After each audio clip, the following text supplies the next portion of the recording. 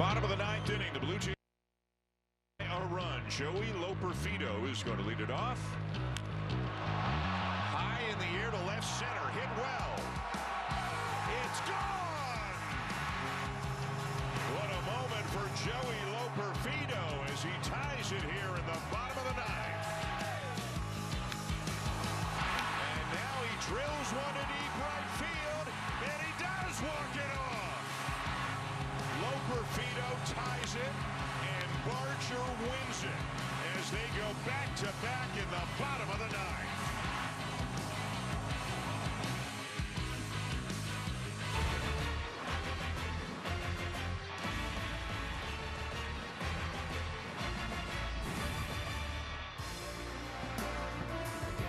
What a night it was, and look at this little pupito with the last name Knack. I wonder if his mom's name is Sharona. Isn't he a cutie? My goodness, as a beautiful day presents itself, the Blue Jays and Angels are at it again. So that's 5 games played between the two and 5 games won by the Blue Jays. They welcome Vladimir Guerrero Jr. back to the lineup today, and won dramatically a night ago, one might add. As we are in the Budweiser studio, game days are for Buds. That's what Buds do. It's a bright and beautiful day for baseball here in Toronto, and we're so glad you've joined us on Blue Jays Central. Caleb Joseph is going to grab a bat and show you the transition made by Joey Loperfido, one of the ninth inning heroes from a night ago. With that story in mind, down we go to the field. Here is Arden Zwelling. Well, yeah, thanks, Jamie. Things sure escalated in a hurry, I should say, last night, didn't they? Blue Jays manager John Schneider, his coaching staff, at one moment they were going up and down the dugout trying to figure out plans for who was going to pinch hit, who was going to pinch run, whether Chad Green could go back out for the 10th inning, and then suddenly Joey Loperfido and Addison Bargers took those decisions out of their hands. As Schneider told me earlier today, we had a plan for everything, but I liked their plan a bit better, and that word plan is very important here because Loperfido and Barger showed you how different hitters can have unique plans against the same pitcher. It was Roansy Contreras for the Angels, and for Loperfido, he knew the fastball down was something that he could get his bat to, so he went up looking for that, and even though the first 2 pitches were off speed, he recognized them well out of the hand and was convicted that when he got that fastball down, he could be ready for it. That's the pitch that he hit out. Now, Barger, on the other hand, with 2 strikes against Contreras, he was looking changeup. He knew that that was Contreras' best pitch. He figured he was going to get it with 2 strikes, and he had earlier gotten to a fastball inside and hammered it about 1,000,000 feet foul, which told him that he wouldn't get beat with that pitch. So Barger sold out for the changeup, hit a ball out to right center. 2 hitters, 2 different plans, same results. Here is Loperfido and Barger giving you their thoughts on those big moments. Yeah, when I saw the flight, I knew it was gone. I just don't do a good job of pimping homers. I never have. But, yeah, I knew I got it. I saw George's bat go somewhere. I think I jumped from the top railing, but it was awesome. It's a really fun way to end the game. And for Barger to come through like that with a pretty unbelievable swing, too, it was fun. I probably won't remember anything, to be honest. I probably blacked out. But obviously just like surreal, like unbelievable moment. I mean, that ranks number 1. That's got to be number 1. Yeah, I mean, you know, above results, it just feels good to come through for the guys. You know, and I was struggling earlier when I first got here. I think I said, you know, you want to come through in big spots. So to work hard and kind of grind and make those adjustments, and then be able to come through for the guys like that feels good. So that's the best part, definitely, results aside. These are exactly the results that the Blue Jays were hoping to see from all that work Loperfido was telling you about. Blue Jays hitting coaches have been preaching to their hitters, have a plan at the plate, do your homework, know what you're likely to get in different counts, and then results will follow. You know, lately in Blue Jays hitters meetings, which they have every day before every game, they have been calling on a different young player to open that meeting with their report on that night's starter, what their approach is going to be, what they've seen from him on video, video and in scouting reports. And after they deliver that to the group, the hitting coaches provide their feedback and they layer in anything that may have been overlooked. The hope is that by verbalizing those approaches and those plans, players will be more convicted to them and they will be more thorough in their research with them. Look, this is a lost season, but the Blue Jays still want their young players to get something out of it. That's where this habit formation comes in, learning the routines that they can carry deeper into their careers to hopefully have long, successful ones. So, Jamie, plenty of tests for these Blue Jays hitters on the field and off. Certainly, Arden, and lots of lessons learned. For example, Loperfido, by the time this club left Anaheim, something changed in him, and as described to me by John Schneider, it was the fact that during that awful stretch through the first 9 games as a Blue Jay, in Schneider's words, he was like a car wreck. The ball was coming at him, and he was coming at the ball, and there was too much movement in his lower body. So explain what that means from a hitter's perspective. Yeah, there was a lot going on with his lower half, and there's a couple different ways you're going to go about it as a hitter. A lot of times when you're making your first move, you can either kind of lean and drift into the baseball, or you can kind of sit back and reach. And when Joey Loperfido got to the Blue Jays, he had a good, strong position, but he was leaning into that baseball, which we're going to explain in just a minute. There's a couple things that need to happen for him to be successful, but he's made a huge change, and let's take a look at a couple of them right now. On the left of your screen, what you're going to see, that is his second at-bat as a Blue Jay in Baltimore. On the right, this is the home run from last night's game. As you can see right out the gate, it looks pretty similar, right? Well, I want to draw your eye to the hand position. It's a little bit higher on the left side, his first at-bat. It's a little bit behind him and closer to him on the right side. Now, Mitch, as we start to run the video on the left, check out this move. Watch how his leg comes up and he starts to really lean forward. You see that move right there? At this point, check out his hand position. It's high and it's a little bit close to the helmet.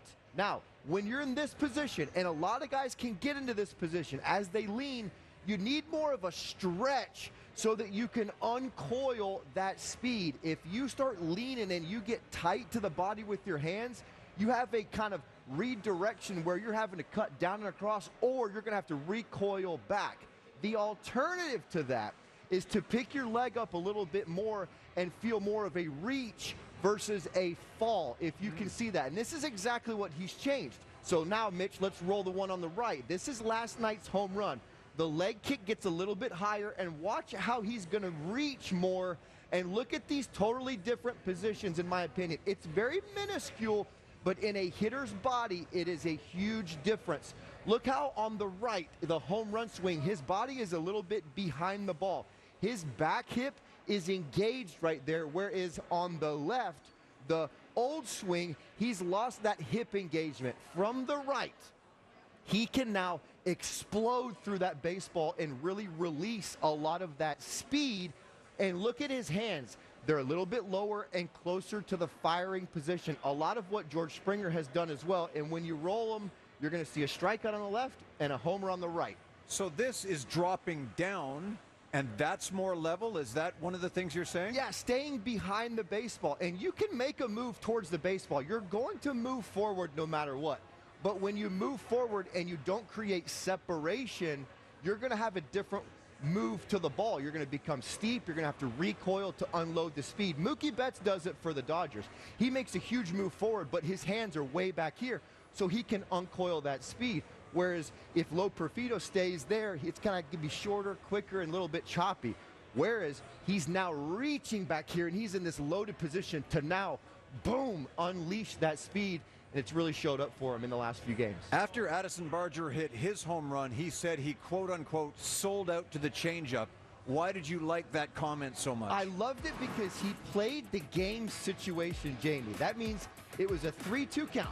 He is trying to win the game here. It's not about getting on base and trying to string together 2 or 3 more hits.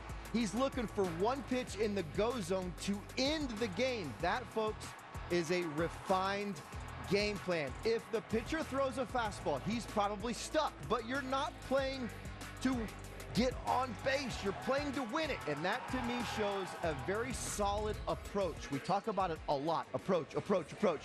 That right there is the perfect example of what an approach looks like and how you execute it. Take your chances, play the percentage play, let it go. And when he hits the ball hard, usually goes either off the wall or over it. I always get nervous when someone jumps on home plate. Remember Kendrys Morales broke his leg doing that? Yes. Oh, boy, oh, boy. So Bowen Francis, who's been spectacular lately, takes the ball today on Sportsnet against the Los Angeles Angels.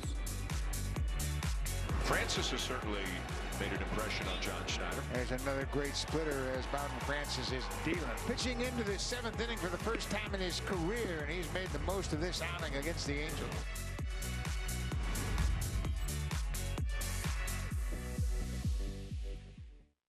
Caitlin.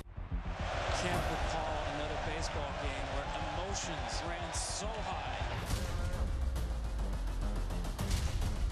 There it is! Fly ball to deep right field. It's out of here! It's gonna go! What a play by Aaron Judge! Experience game-to-game coverage of the night's biggest moments, live and commercial-free. MLB Network Strike Zone, Wednesday and Friday nights all season. Catch up on all the baseball action with a triple play. Kevin Millard, Ryan Dempster, and Sierra Santos. 3 hosts joined by baseball's biggest stars. Welcome to the best interview in baseball. Intentional Talk, only on MLB Network.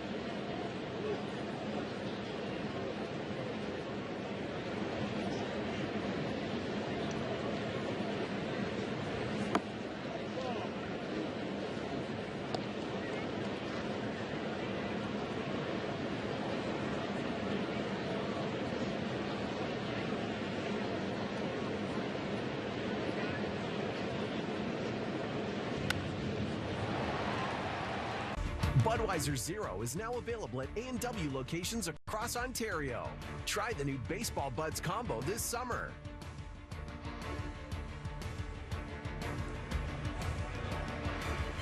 Carson Fulmer gets the start today for the Angels, the 8th overall selection in the 2015 draft. Now pitching for Los Angeles. A reminder, you can save 10 cents per liter every Blue Jays home game day when you opt in and pay using the Shell app. The performance over 2 starts by Bowden Francis earned him the American League Player of the Week, the only pitcher to garner such an award without having thrown a no-hitter. So let's address this with Blake Murphy. This is the Big Board presented by Bet365. And Blake, could it possibly be that the introduction of a very particular pitch helped him post those numbers? It has, and this is part of why he went down to AAA before coming back up. He was working on adding a splitter, a split finger fastball. He went through a couple of different grips with it, and when he went down to AAA, they started getting him to throw it more and more. He came back up in mid-June, and the usage wasn't crazy high just yet, but what we've seen during this strong stretch from Francis is, and you can see this is the pitch usage game by game for him, you see a big spike in splitter usage and a big drop-off in the use of his curveball, which wasn't all that effective. Now, given the shape of Bowden Francis's fastball, it's kind of one of those flatter, rising fastballs. We know that a splitter will play well off of that if he can tunnel it well. It's going to look the same coming out of his hand against hitters. So the result of this is not only does he have a new pitch in a splitter that's very good for getting ground balls, it's also helping his fastball play up. Since he started using the splitter more, hitters are only hitting $156 against his fastball as well, beating that into the ground or getting right under it for those infield flies. It's also helpful, Jamie, if you're going to see an order a second time through, a third time through, or like we're seeing today, an opponent for the second time in 2 weeks, having a deeper arsenal really going to help Bowden Francis. The 40-40 club is ultra exclusive. 40 home runs, 40 stolen bases. As of last night, it has a new member. It does. It's Shohei Ohtani, because what club, when it comes to random statistical achievements, is Shohei Ohtani not a part of? Here you see him taking his 40th stolen base of the season. Then with the game on the line, he would hit a walk-off grand slam for home run number 40. Just the 6th player to reach that 40-40 club. Just the 3rd player to do multiple seasons of 40-20. And hey, he's only done this in 126 games. Jamie, right now, he is on pace. It'll be tight, but he's on pace for the first ever 50-50 season in Major League Baseball history. So obviously already an elite company. The other thing Shohei Ohtani could do this season is he is already the only player to win an MVP as a designated hitter, but he did that while also pitching. He's headed toward maybe being the first hitting only designated hitter to ever win the MVP award. It's going to be the best season we've ever seen by a full-time designated hitter. Now, Francisco Lindor said the other day, hey, the MVP award in the National League, it's going to be won in August and September. Shohei Ohtani got the message last night. Join that 40-40 club. Dodgers red hot once again here, Jamie. He is oh so close to stamping his reservation in Cooperstown in many, many years from now. That is Blake Murphy, and that is the Big Board presented by Bet365. Whatever the sport, whatever the moment, it's never ordinary at Bet365. Today, the Blue Jays present this starting 9. George Springer gets the day off in the midst of an 0 for 10 as Ernie Clement leads things off for the ball club. How about Dalton Varsho batting second, playing center field, currently riding an 8-game hit streak. He has found his way at the plate lately. As for the Angels, their lineup brought to you by Bet365. Joe Adell's riding a 7-game hit streak. His 2-run double gave the Angels a 3-0 lead in the 2nd inning last night, but as we now know, that lead was not held.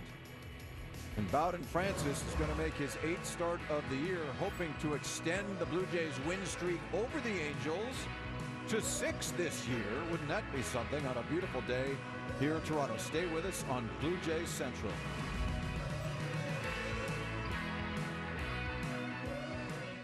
From the day's first pitch to the night's final out, MLB Network sets the stage for fans every day. So it'll be interesting to watch what happens here all season long. See the players who are making a statement. Hey, let's check out the board, folks. With live games every week. Inside the park we go. Cutting-edge baseball chatter. Plus highlights, analysis, and live look-ins on MLB Tonight.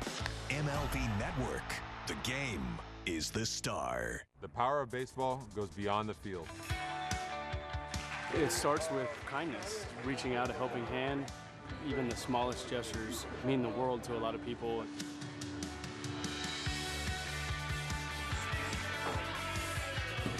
Stand up to cancer. Together. Together. Together. Together.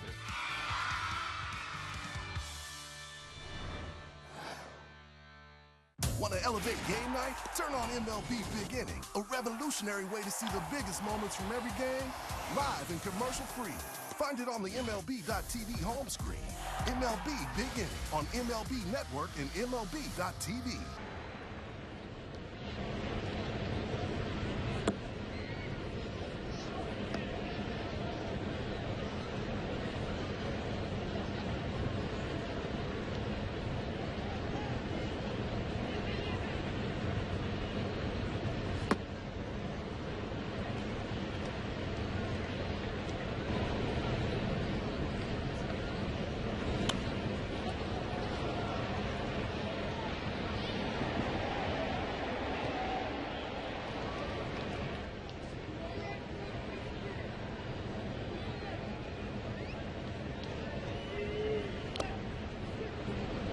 Bringing a fly ball to right field. Oliver is back at the track.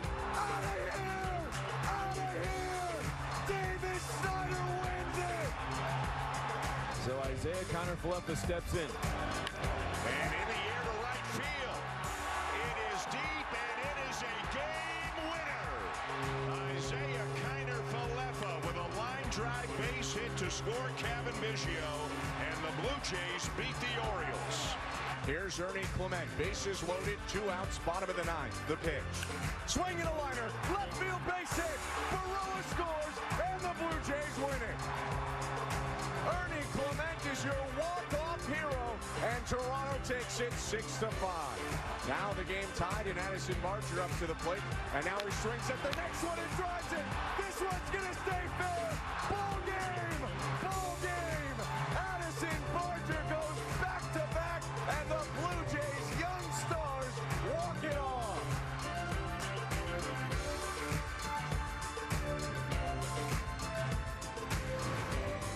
What a night it was as the Blue Jays secure a walk-off victory. There'll be a healthy crowd here today at the Rogers Center. Let it send it up the first baseline.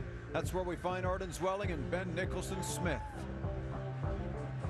All right, well, Ben, Joey Loperfido has really been showing the Blue Jays something lately. Multiple hits in his last 3 games. Quite a reversal from how he started his tenure with the franchise. What do you think the future looks like for him? I think it starts with more playing time, and we've seen already regular playing time for Joey Loperfido. He made the most of it last night, of course, but he struggled out of the gate. And I think that one of the things when you're acquiring young players like this and playing in a season where the results really are secondary to how you get there and what it means for the future is that you can afford to give some playing time and some leeway to a player like Joey Loperfido. So fully would expect that he would be out there in left field often, especially when you consider it's not only the offense, and as you mentioned, he had that great swing on the fastball to get to that home run, but his defense has been really good too. He's a really fast base runner. The Jays want to see all of that come together, so he should get some real run in that spot. And then how about Barger? Because his opportunities have been a bit more sparse than Loperfido's, but there is really no questioning the power that he possesses. He goes 110 off the bat, 430 feet last night to walk off a game. What do his opportunities look like going forward? Yeah, he's got some real tools with the power and also with the throwing arm. That's a cannon out there. But it's interesting because where Loperfido has a clear pathway to playing time and a clear opportunity in left field, right field is covered by the Blue Jays for George Springer, obviously on the most expensive contract in Blue Jays history. He's an established player, plays a good right field himself. So he's in right field. Then you look at third base. That's the other natural spot where you would have Addison Barger play. Vlad Jr.'s playing over there a little bit. And we've talked about Ernie Clement so much. It was just this week that he homered in 3 straight games. Ernie Clement definitely deserves playing time and the chance to establish himself in that role too. So for Barger, even though a lot of his expected numbers are very similar to Loperfido's, even down to the percentage point, he doesn't have that clear pathway as far as position. All right, let's walk over to where Bowden Francis is going to be plying his trade tonight because, look, he's coming off of 2 really strong outings, 7 innings in each. But really, since he's rejoined this rotation, Ben, like he has just been a different guy than we saw earlier this season. If he keeps up this strong finish, what's it mean for the Blue Jays going into 2025? Yeah, this is big, right? I mean, in spring training, we watched Bowden Francis with so much anticipation. It took a while to get there, but right now he's looking like a major league starting pitcher, and you can never have enough of those. So this is really big for the Jays. Now, he's at 82 or 83 innings on the season, so he needs to build that up a little bit more. And this is a guy who in the minor leagues threw 130, 140 innings 2019 and 2021. So he's been up to that workload before. This is actually a great chance as the Blue Jays scale back some of their starting pitcher. They might go to a 6-man rotation for a good chunk of September. But for Bowden Francis, these reps are really good. The more he pushes that innings total forward, the better, and he'll put himself in conversation for that 25 rotation. One more note, Bo Bichette continues to ramp up in Florida, but he is going to join the Blue Jays in Boston on Tuesday after the doubleheader, finish off some final base running tests in Boston. If all goes well there, he could be ready for a rehab assignment, Jamie, as soon as next weekend. Or to take you back to the 3rd inning last night, Stuart Baroa with a grand total of 7 starts in the big leagues, Caleb, makes this play to get Nolan Shonowell, and it really impressed you. Why so? Yeah, because he's been working on it, and I talked to Stuart Baroa today, and he said, I've really been working with outfield coach Mark Budzinski about my direction, trying to really get on line, trying to stay over the baseball to give that infielder a long hop. And outfield coaches will tell you long hop or no hop, and Stuart Baroa did it absolutely perfectly. There is some technique behind this. How do you do that? If you're a left fielder and you're moving away from the target to your left, you've got to make sure to get on line. And what you're going to see right here when we start to show the video is Stuart Burrow is going to grab that ball. He's going to really fight to get that left shoulder all the way to the target and throw a good long hop right to the defender. There it is right there. Look at that long hop. If you're going to short hop the infielder, it puts him in a very vulnerable position where he's got to kind of read the ball, read the hop, read the runner.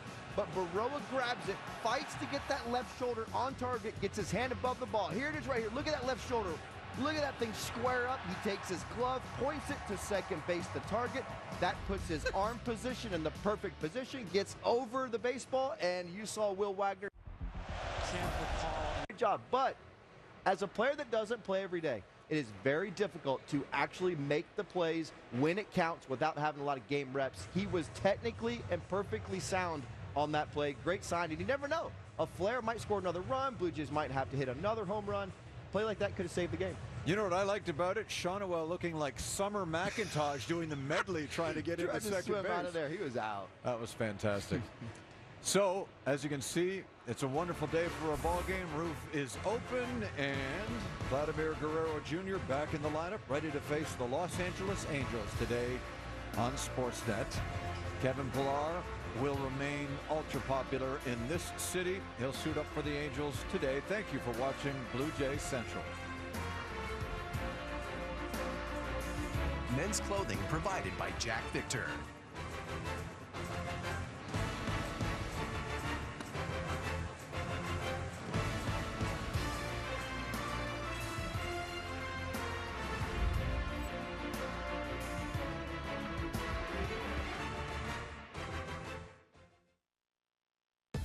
Weekdays on MLB Network. Join the conversation with Kevin Millar, along with Sierra Santos and fellow World Series champion Ryan Dempster on the most unpredictable baseball show on TV.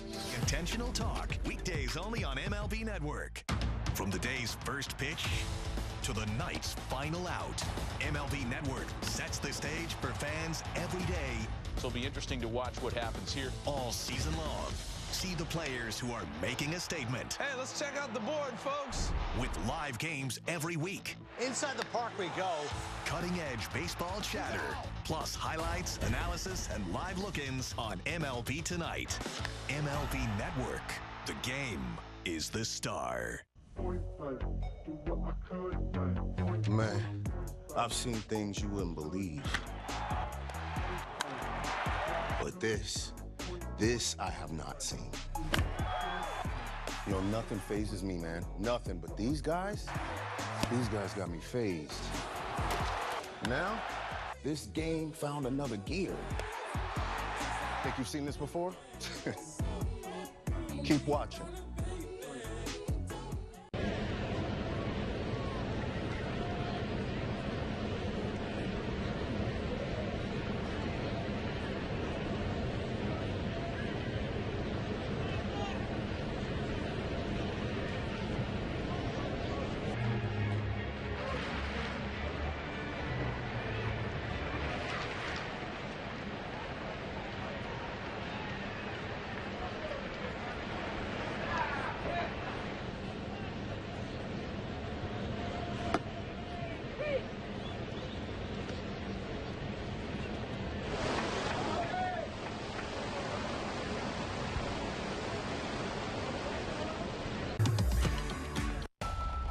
Tatis. This guy is a package of dynamite. He's the best. Oh, he made the catch! This guy's putting on a display. At his best, he makes the game so much fun to watch. What doesn't he do? I think he's the most popular player. He's just got flair. He's gonna steal home! You are a cartoon character! Come on!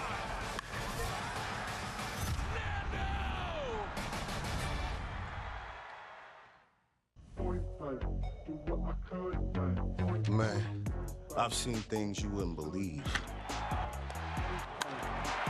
But this I have not seen.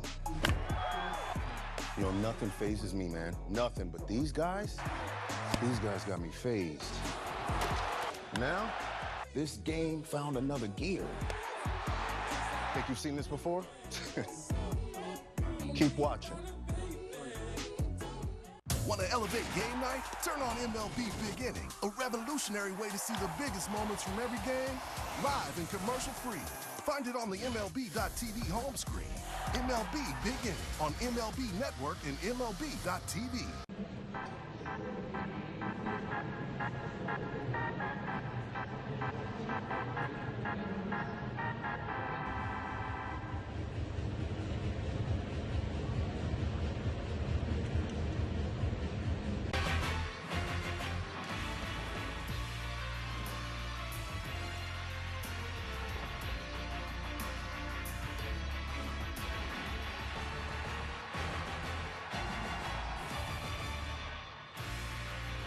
It is a spectacular Saturday for baseball in Toronto. The Blue Jays are now 5 for 5 against the Angels this year, but it took some ninth-inning heroics a night ago. So let's take you to the men who will call this game, Dan Shulman and Joe Siddall.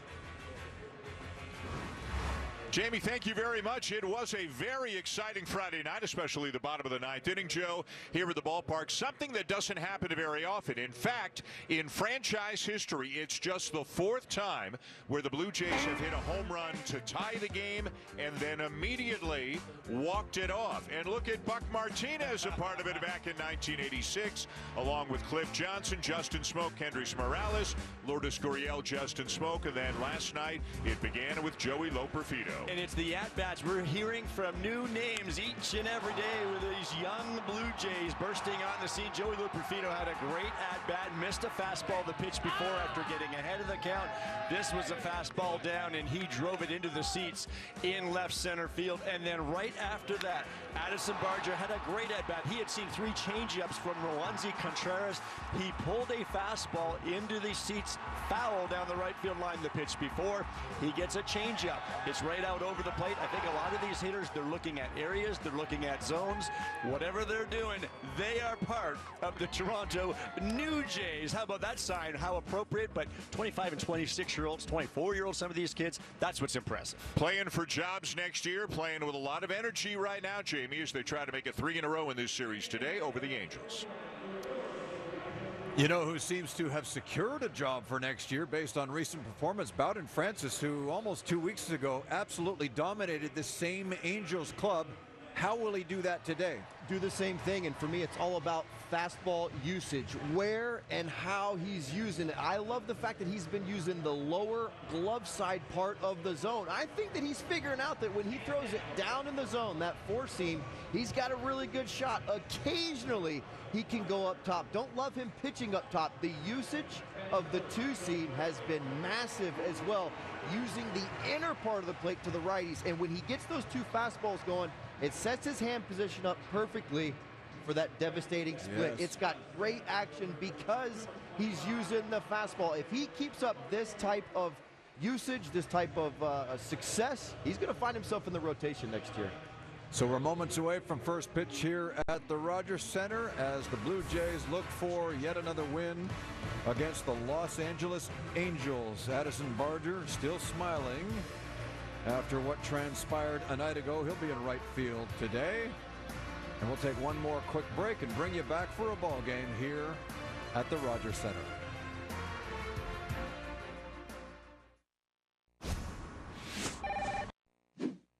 Prescription eyewear can be really expensive, but here's a secret.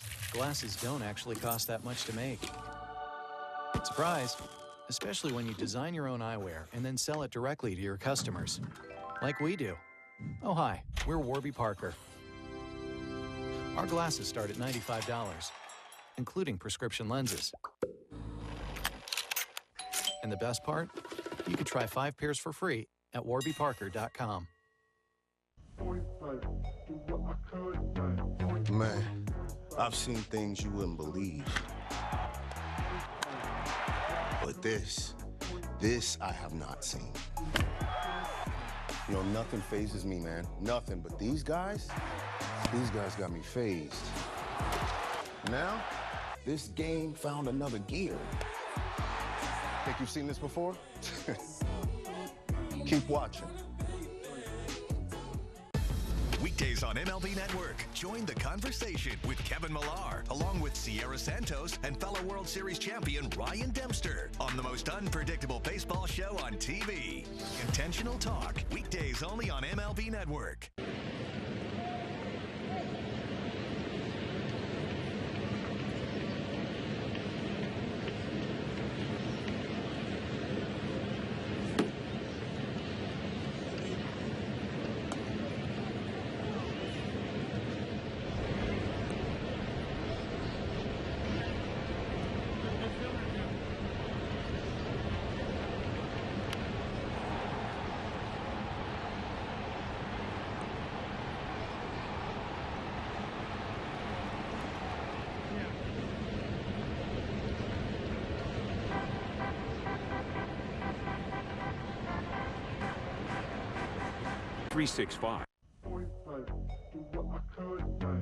Man, I've seen things you wouldn't believe. But this I have not seen. You know, nothing phases me, man. Nothing. But these guys got me phased. Now, this game found another gear. Think you've seen this before? Is a spectacular Saturday afternoon. The roof is open here at the ballpark. The Blue Jays and Angels in the third of four. The Blue Jays winning the first two, 5-3 on Thursday night, and then 5-4 in very dramatic fashion last night. You just saw, in case you missed it last night, the Loperfido and Barger home runs in the bottom of the ninth, and with Bowen Francis on the mound, the Blue Jays will try to make it 3 in a row. The reigning American League Player of the Week after two really good 7-inning starts in his last two, and one of those came against the Angels, so he will see a lot of familiar faces. Many of these guys saw him just 11 days ago. Kevin Millar is in there again.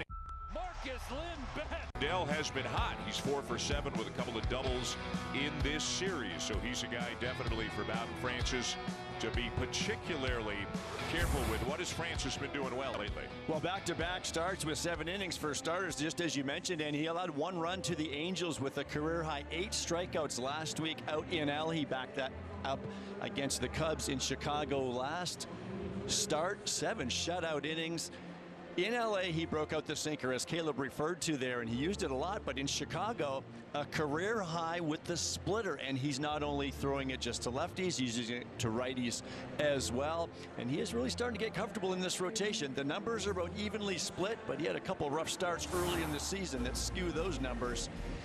And behind Francis this afternoon for the Blue Jays in the outfield, Joey Loperfido back out in left, Varsho in center, and Addison Barger slides back out to right field. Ernie Clement and Leo Jimenez on the left side. Davis Schneider gets the start at second base. And how about Vladdy off yesterday? He DH'd on Thursday. Tuesday and Wednesday he was at third base, so he's back over at first base, and Brian Servin will catch Francis today. Taylor Ward is the leadoff man for the Angels. He is ready to go, and a nice big crowd again enjoying beautiful sunshine here on this late August Saturday afternoon. Let's enjoy them while we can. Right before long we'll be complaining about the leaves falling and it's getting cool and all that kind of stuff. It is a great day. The Blue Jays playing today and tomorrow before they hit the road for a week. They will play 5 in Boston over a 4-day stretch and then 3 in Minneapolis. I think Taylor Ward and Brian Servin might know each other. They seem very amicable. Servin getting the start behind the plate. He also caught Francis's last start at Wrigley Field, so he was the guy calling for and receiving all of those splitters. Doug Eddings, the crew chief of the home plate umpire, says play ball, and away they go.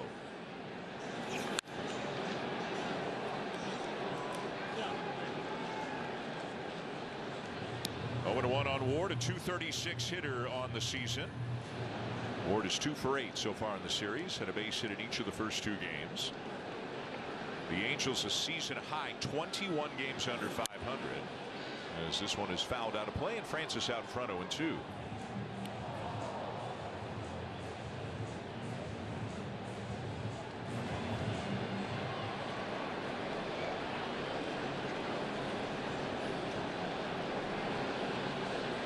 Francis taking his time. Pitch clock is winding down, but he gets going just in time. And he's He's in there with a splitter for strike 3 called. Pitching decisions presented by Sage, official finance software partner of Major League Baseball. Last start, Bowen Francis really broke out the splitter as a career high. He threw 32 of them, Dan, but a couple of things that are interesting. He threw them to right-handers a lot more. He was in the zone with a lot of them, and they were slower. And what we saw right there, he's using it more against the righties. He used the slider split. He really has shelved his curveball. We haven't seen much of it. He is much less predictable. And again, the splitter back in the spring, if you talked about Francis down in Dunedin, it was that I'd like to try to incorporate it. I'm just starting to get a feel for it. Brian Servant again, who's catching today. Servant was in Buffalo for a while when Francis was back in Buffalo. And Servant said, you know what, it's a little bit different in the minor leagues. A pitcher's probably a little bit more willing to work on stuff. You give up a home run, it's a big deal, but it's not as big a deal as giving it up in the majors. And Servant felt that Francis really felt empowered in Buffalo to really break out that splitter. Get the feel of it a lot better. And just over the last couple of starts, it's been a game changer for him. And I think a lot of that comes from, too, the curveball has just not been the same for him this season. And when you're not getting this swing and miss, you're not getting the same effectiveness.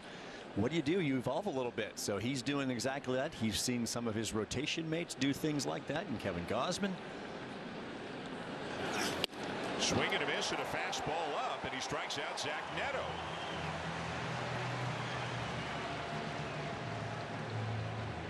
The elevated fastball is always going to work at the top of the zone if you're consistent with the splitter down in the zone. He really let that one go. He gets good extension. He's a big guy, 6'5" out on that mound, and he can get down the mound.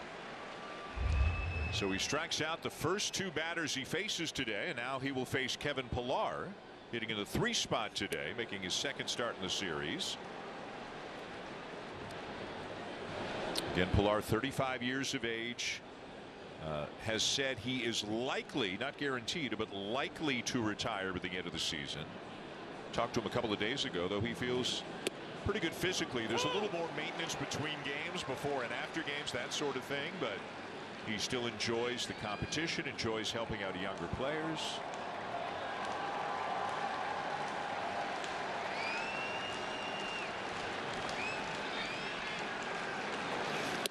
Outside, a ball and 2 strikes. Don't expect to see many curveballs from Bowen Francis, but he mixed one in right there in an 0-1 count. He's ahead, hoping not to get hurt in that situation. Dropped it in there for a strike. He's still got himself a pretty good situation here, and this is where the splitter plays because Pillar will chase. Francis struck out the side of the first inning in Chicago, and he has done it again here. He gets Ward, Neto, and Pillar. And Bowen Francis off and running here this afternoon.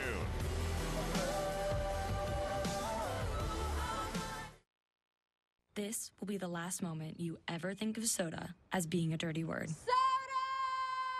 Because this is Poppy, and Poppy is soda. It tastes like soda, even better than others. It looks like soda, smells like soda, and fizzes like soda. Because it is soda. It will be the soda your kids and grandkids think of when they think of soda. And that's because this soda has none of the bad stuff. Instead, it has all of the flavor. The future of soda is now, and it's called Poppy.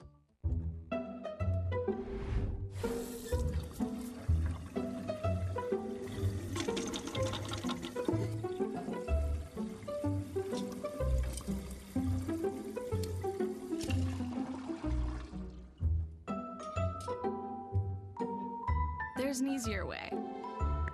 From repairs and cleaning to remodeling and more, Thumbtack makes it easy to care for your home. Download the Thumbtack app and start caring for your home today. With the Game Time app, I paid 60% less than this guy. What? And it's not just sports tickets. It's also concerts. Performances, too! Oh, come on! Download Game Time. Last-minute tickets, lowest price, guaranteed. I feel like they lose track of at least $500 a month. Maybe that's because you still use spreadsheets. Haven't you heard of Rocket Money? Ernie Clement is in the leadoff spot this afternoon. It's a day off for George Springer, so Ernie moved up to the leadoff spot. Look at the rest of the lineup for the Blue Jays today. And again, lots of left-handed bats, including Joey Loperfido, who after an 0 for 22 has been red hot since. Dalton Varsho is swinging it well from the left side. Spencer Horwitz is swinging it well. Addison Barger walked it off. They're getting lots of contributions from the left-handed bats. Carson Fulmer making his 8th start of the season here this afternoon for the Angels. And one pitch into his afternoon. Angel catcher Logan Ohtani is shaken up. Not supposed to be that way. Not this early. Maybe got him just inside that left shin guard. Might have missed the protection.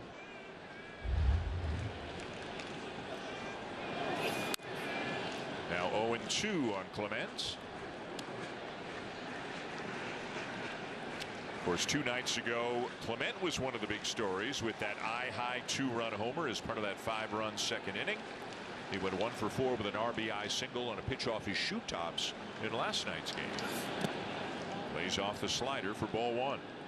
Carson Fulmer faced these Blue Jays out in LA last week. Lasted only 3 innings, giving up 5 runs. He gave up a couple of home runs. Both Vladdy and Spencer Horwitz got to him. Vladdy got a hanging breaking ball, and Spencer got a fastball at the top of the zone. And he ties up Clement to strike him out. Defensively for the Angels behind Fulmer in today's ball game, Taylor Ward back out in left field, and former Blue Jay Kevin Pillar in center. Joe Adell will again man right field. In the infield, it's Anthony Rendon, Zach Neto on the left side, Drury, and Nico Cavadas, his major league debut at first base. He's played in 6 ball games so far, all as the DH, and Logan Ohtani behind the plate for Fulmer. Now Dalton Varsho, who comes in here having reached base in 21 consecutive games. That's the longest streak of his career and the longest active streak in the American League. And certainly Varsho is swinging the bat well, taking his walks as well, and hitting in front of Vladimir Guerrero Jr. appears to agree with him.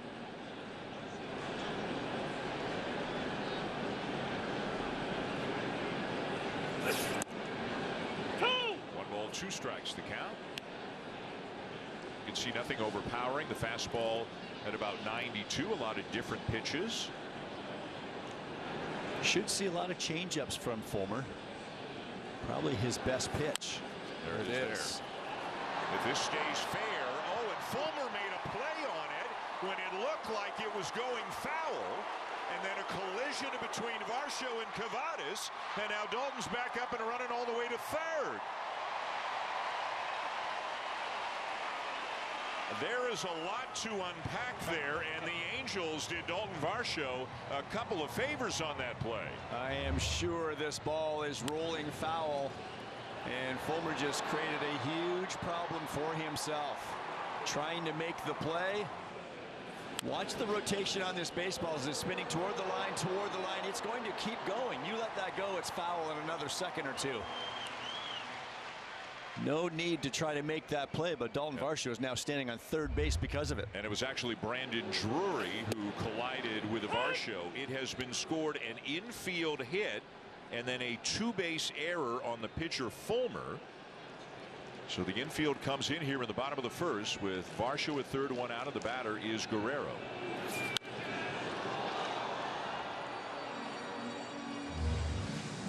I mean, even if he makes a good throw, I don't think he gets it. No, you have to know your runner. It's Varsho going, motoring down the line. You have got to make a spectacular play, but you read the rotation of the ball. I am sure the catcher's yelling, let it go, let it go, and he probably just didn't hear him. Can Vladdy bring him in? That's a fair ball, and he will. It'll get down into the corner. Varsho is in to score, and it's an RBI double for Guerrero to give the Blue Jays a 1-0 lead.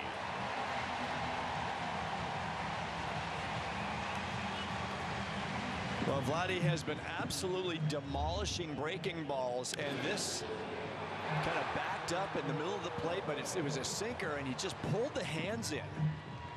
There is a lot going on here. Dalton getting a little collision at third base as well.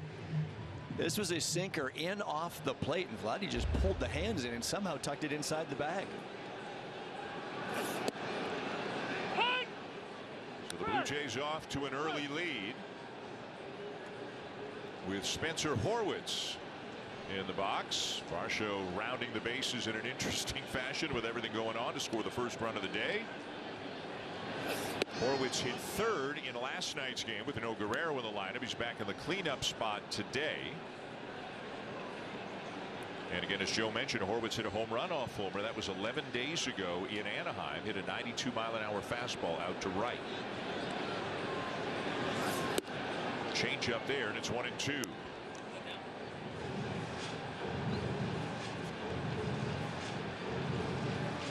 For Guerrero, by the way, that is his 34th double of the season. He is one shy of his career high, which came 2 years ago in 2022. As now Horwitz wants a timeout.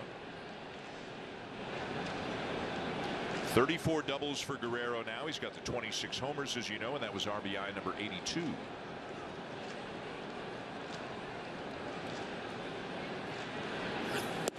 And another good changeup as he strikes out Horwitz. That's the pitch that I am sure Fulmer is going to turn to a little bit more here today. It's a very good pitch. See that action as a hitter. Oftentimes that will look like a sinking fastball, but then the string is just pulled and you're out front. Didn't throw it as much as I thought he might have in his last start against the Blue Jays. You may see it more today. Effective pitch for him. Now Joey Loperfido lines one into right field in the first pitch that he sees. Guerrero is on his way home, and Loperfido is into second with an RBI double. It is 2-0.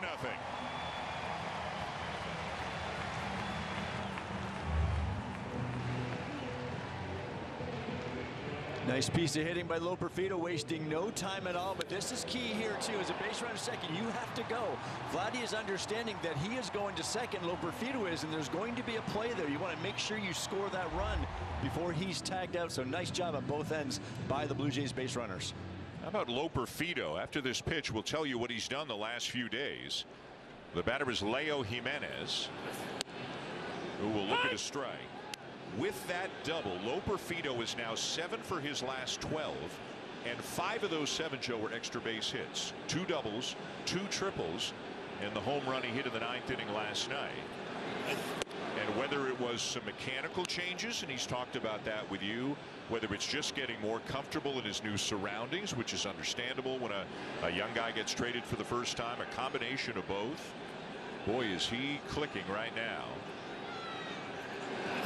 Well, again, he jumped on a first pitch fastball here. The home run last night was on a 2-1 fastball, and the adjustments he's making, he's trying to stay behind the baseball a little bit better.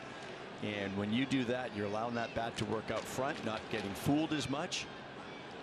Get a good pitch to hit. He got through the zone that time.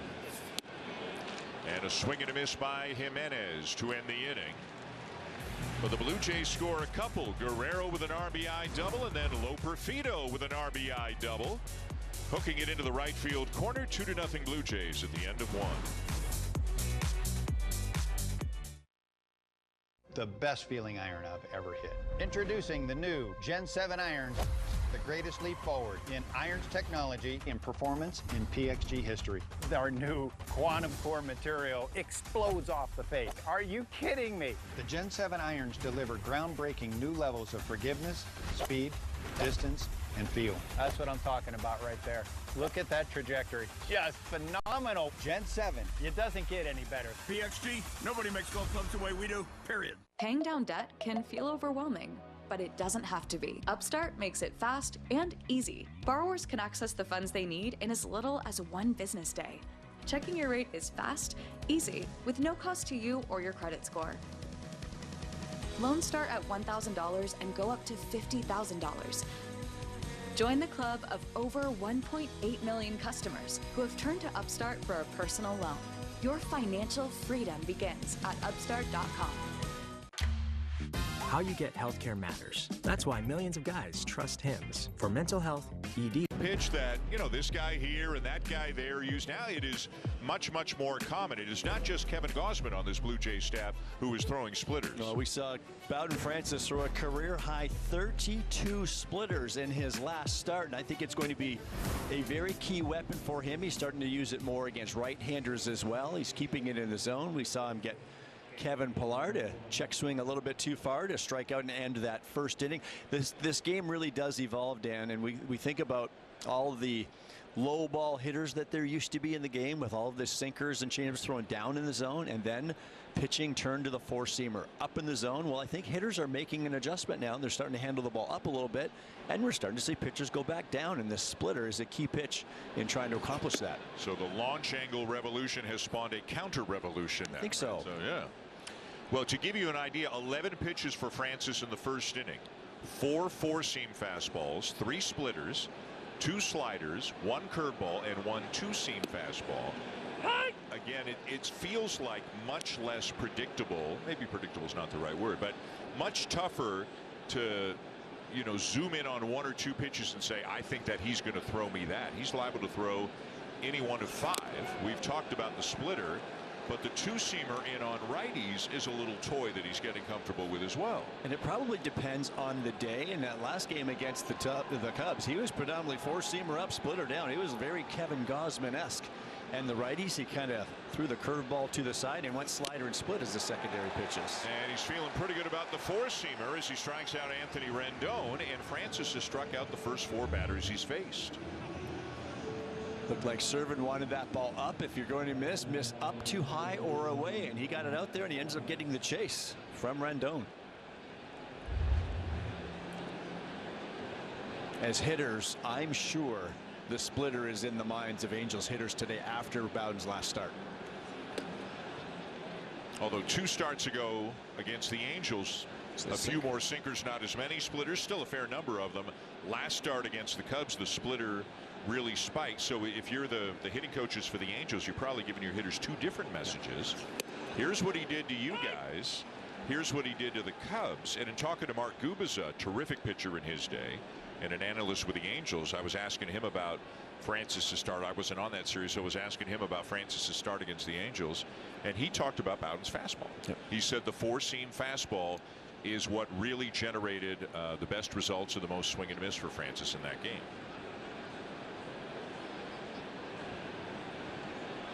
One and one on Matt Thaiss, who is DHing today. That's the splitter there. It misses outside. 2 balls and a strike. And that can change start to start. Maybe one day the splitter's really coming out of his hand well, and another day it's the slider. Another day the fastball's feeling pretty good. Tried the split again. You can see that one dove straight down, but it missed low, ball 3. Saw Chris Bassett do that a little bit last night in terms of evolving and adjusting. He kind of, fewer sinkers against the lefties and more cutters and curveballs. Tried to spin it a bit more. And a walk.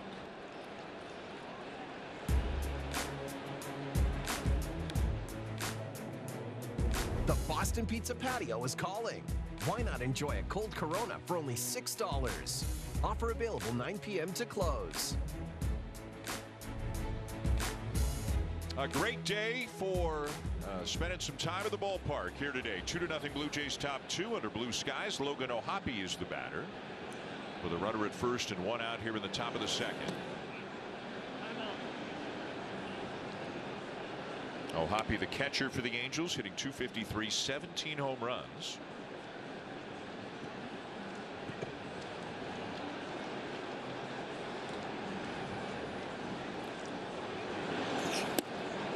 Right at the knees for a strike.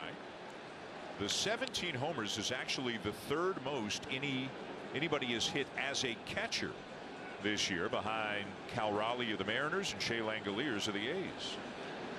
You don't have many Johnny Benches and Mike Piazzas anymore.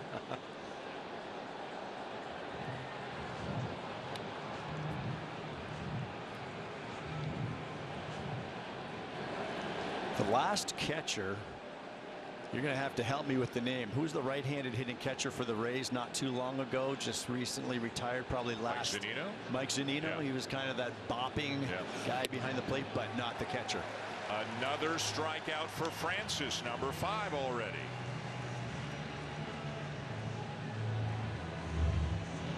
There's that splitter grip. You see, he really spreads his fingers out to get the baseball in between his first 2 fingers and tries to almost get 1 finger on each side of those seams. Get that downward tilt.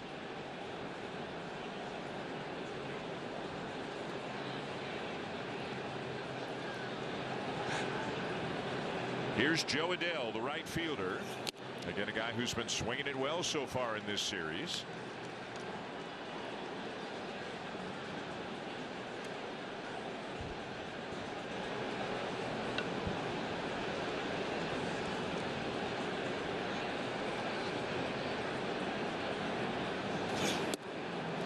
How about the location of the slider? And it's 0-2.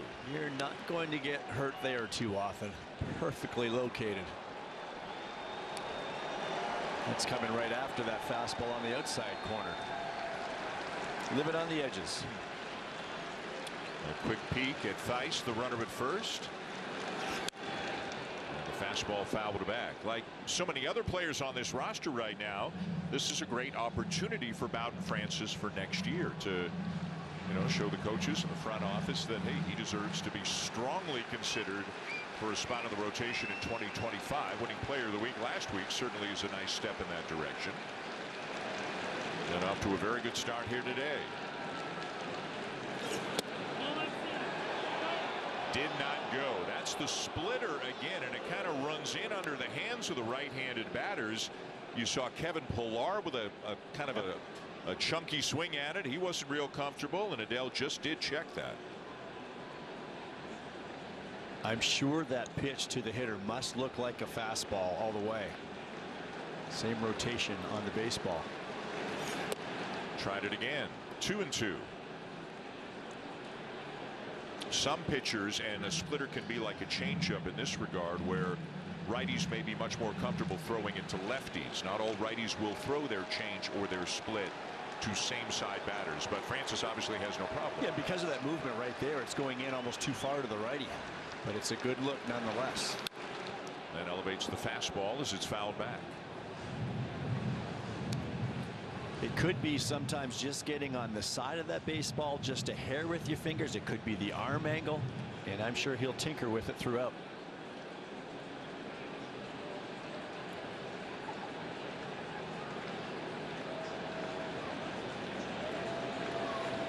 Nothing Blue Jays, top 2. And another fastball fouled off. And he's very late on that fastball. He has got splitter on his mind for sure. And I'm guessing that's why they came back with that pitch.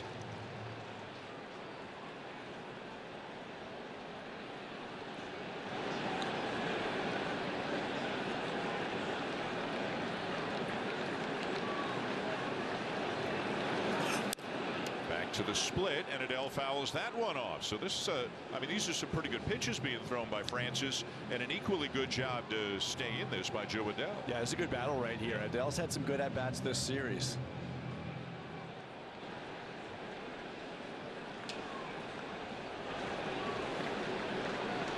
It's already been an 8-pitch at bat. He had a 2-run double last night off Chris Bassett in the second inning. It was a pretty good pitch. It was a cutter down and away, and he drove it into the right center gap.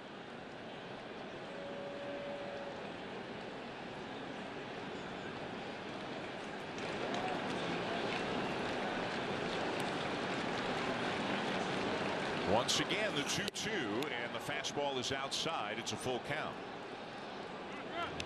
You can see Servant had kind of stood up. He wanted that ball up above the zone, but Francis missed off the outside corner. And now Theis going to get a running start at first. Looks like Guerrero is still going to hold him on. I'd still take my chances with a fastball here. It's early in the ball game. You're up 2. Make him beat you with your fastball. There goes the runner, and a slider misses outside. The second walk surrendered by Francis, and a tip of the cap there to Joe Adele. He did very well there to earn that walk. That is a tough plate appearance from a hitter down low in the batting order. You're not expecting that. Does not expand the zone at all. Does a nice job laying off that final pitch, the slider from Francis. So nobody has put the ball in play yet against Francis. He has struck out 5 and walked 2. Should we go over the defense again? Right. Because of the walks and the high pitch count on that last at bat, Bowden's already up to 34 pitches as he now faces Brandon Drury. Drury went 0 for 3 in last night's game. Little weak bouncer to the first base side of the mound. Francis the flip to Guerrero, and the side is retired. No runs, no hits, a couple left, but Francis gets out of it.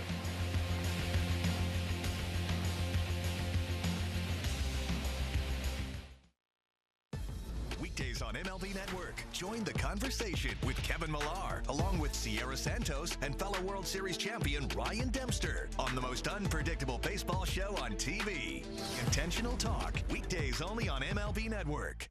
Can't recall another baseball game where emotions ran so high. There it is! Fly ball to deep right field. It's out of here! It's gonna go! What a play by Aaron Judge! Experience game-to-game coverage of the night's biggest moments, live and commercial-free. MLB Network Strike Zone, Wednesday and Friday nights all season.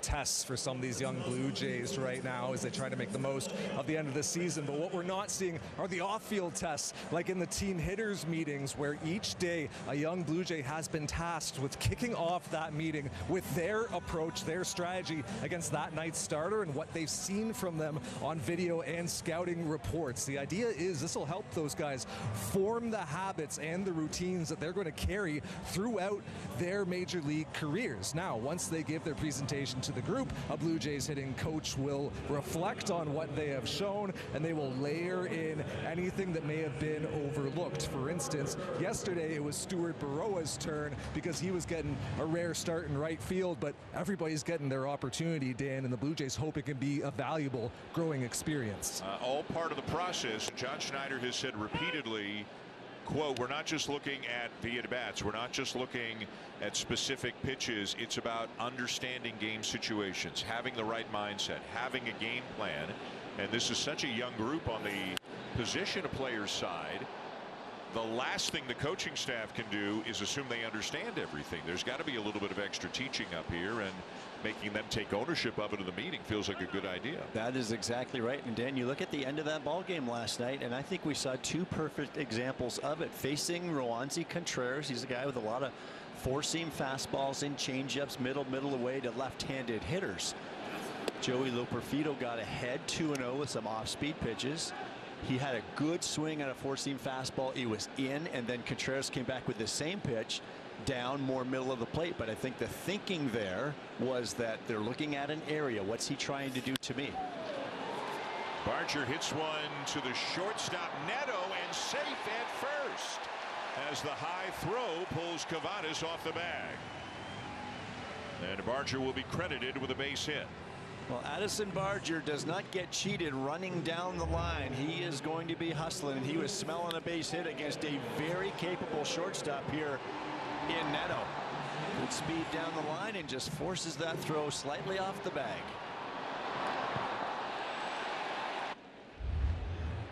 So Barger aboard, and here's Davis Schneider getting the start at second base today. And the second part of that is the Addison Barger home run last night was the foul ball that he pulled foul, was the fastball at 93. He had seen a few changeups earlier in that bat, and he had an inkling he was going to get another one, and he was right on. Schneider pops it up. The second baseman Drury backpedaling for the play as we go back to Art. Well, just follow up, Joe. I talked to both those guys after the game, and Loperfido told me he was looking for that fastball down. Even after he got a couple off-speed pitches early, he felt he was seeing them well and that he could react to the heater. And for Barger, you are bang on. After he fouled off that inside fastball, he knew he could get to that even if he was sitting changeup, which obviously is Contreras' best pitch. So he sold out for it, and the result followed. A strike to Brian Serven. That's fantastic stuff. Yeah. I mean, talking hitting with hitters is those are the best conversations. I'm sure Arden had a good time too with those guys, but just the fascination, the machinations going on in a hitter's mind.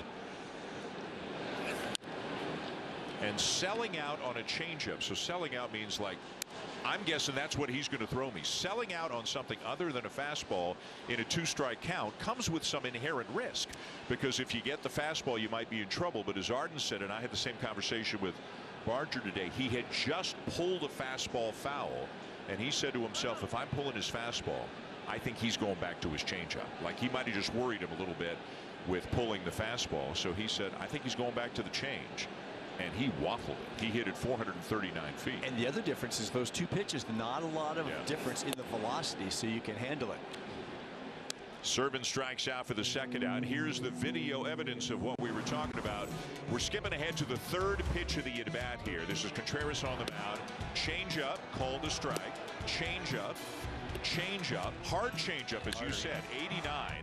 Fastball's 93. Barger pulls it, and then he sits on the change, and he demolishes it. And it's dangerous as a catcher calling the game because you know this hitter just tracked 3 changeups. And when I say track, your eyes and your brain just tracked those pitches toward the catcher. You pull the fastball, and then you're giving him a pitch that he had just seen. Familiarity for me, I think, and a hitter, a young hitter. This is what's impressive about what we're talking about from Barger and Loperfido. These guys are 24, 25 years old and doing this. This is advanced stuff. Some of the information they're getting obviously is coming in the hitters meetings, like Arden said, from the coaches. I think some of it is coming from a guy like George Springer too. You and I talked to George today. He's not in the lineup. He said, listen, I've had the benefit of 5,000 at bats. He said, I still mess up. He said, this stuff is hard, but if I can pass along a little information to the younger players that might be able to help them. But for Barger, it's kind of 3 parts. They knew going in Contreras, his favorite pitch was his changeup. Then Barger saw the very small difference in speed, and then he pulled the fastball foul. And the combination of all 3 of those things is what led him to sit on the change and helped him hit it out of the ballpark. Clement strikes out to end the inning, still 2-0.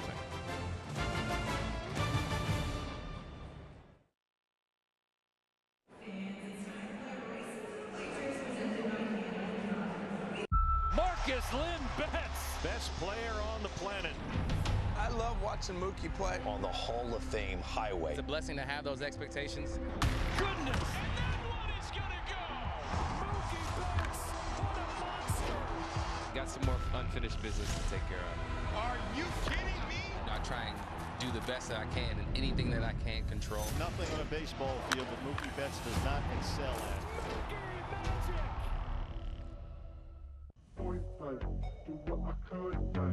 Man, I've seen things you wouldn't believe. But this I have not seen. You know, nothing phases me, man. Nothing. But these guys got me phased. Now, this game found another gear. Think you've seen this before? Keep watching. Step up to check in with Emily Agard. Hello, Emily.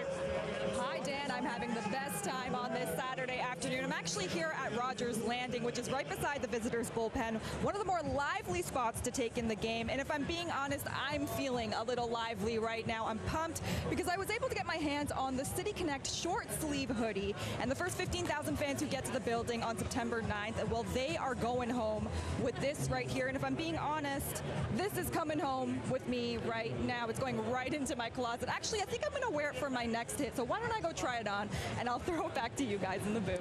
Emily, thank you. We'll catch up with Emily several times again as she gives us the sights and sounds of the ballpark here on this Saturday. It is 2-0 Blue Jays top 3. And the batter for the Angels is Nico Cavadas, DH the last couple of games. Playing first base today. His one and only big league hit was a 3-run home run back on Thursday night. He is 1 for 18 in his career. And the Angels also with some newer, younger players that they are auditioning, although they didn't do as much at the deadline as some people thought. Luis Rengifo was injured, or he might have been traded. Kevin Pillar's still here. That's a guy that could have been traded but wasn't. And strike 3 called. Gets the call on the corner with the splitter. That's strikeout number 6. Another splitter, and I love the 0-1 curveball again. It's the second time he's flipped in a curveball there to steal a strike. You get ahead of a hitter 0-2, and you are in the driver's seat as a pitcher, and you see that ball just taking off a little bit arm side, but just hangs on to the corner.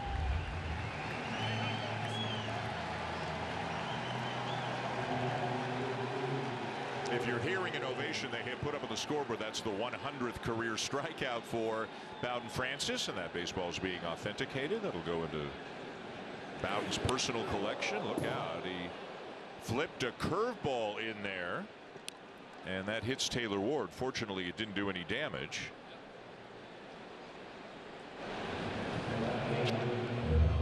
Well, I was saying before the game, we're not seeing a whole lot of his curveballs. He's flipped a few in there today, and this one did not quite come out of his hand right. Never gave himself a chance. So 1-on-1 out now for Zach Neto, who fouls it off. Neto comes out of Campbell University, the Campbell Fighting Camels. Gaylord Perry, Hall of Famer, his brother Jim, both from there. Cedric Mullins as well.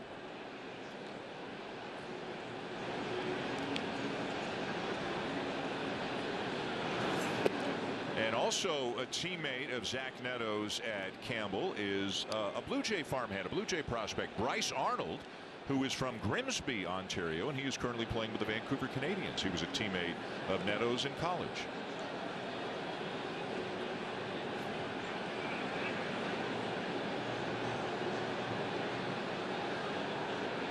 Runner goes, and it's fouled back. I always thought the Fighting Camels was one of the better college. When you said that, I was like, are you serious? Yeah, but like minor league, I mean, that pales in comparison to minor league games. You know, the Yard Goats and the Trash Pandas. The Trash Pandas. The Trash Pandas is great. Rocket City. That was yesterday, right? That's the Angels AA team. That's where Kohanowitz came from. The Angels starter yesterday. The Rocket City Trash Pandas. The Trash Pandas. I might need a short sleeve hoodie of the Trash Pandas. I think I had that jotted down yesterday during the broadcast and forgot to use it. I was going to drop that on you, but it wouldn't have surprised you, would it? Nope. You were all over it. The Southern League. 2-2 the count on Neto. Again, drafted in 22, made his big league debut in April of 23. And a ground ball hit to short. To second one, Schneider on to first in time. Jimenez to Schneider to Guerrero for the double play. And it is 3 very good innings so far this afternoon for Bowen Francis, on the heels of him winning American League Player of the Week.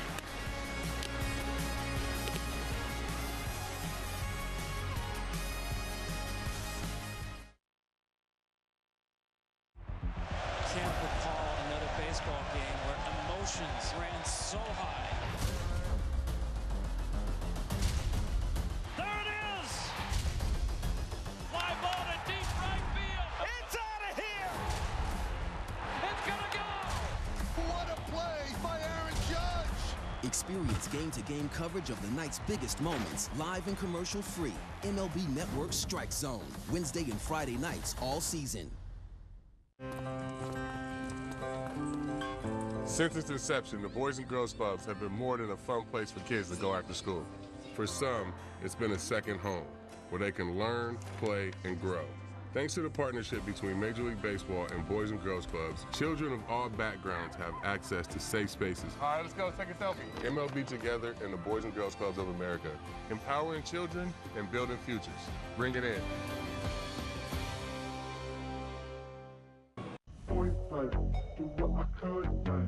Man, I've seen things you wouldn't believe. But this I have not seen. You know, nothing phases me, man. Nothing. But these guys got me phased. Now, this game found another gear. Think you've seen this before? Keep watching. Intentional Talk, where baseball players reveal their biggest secrets. When I was a kid, I read It's Never Ordinary at Bet365.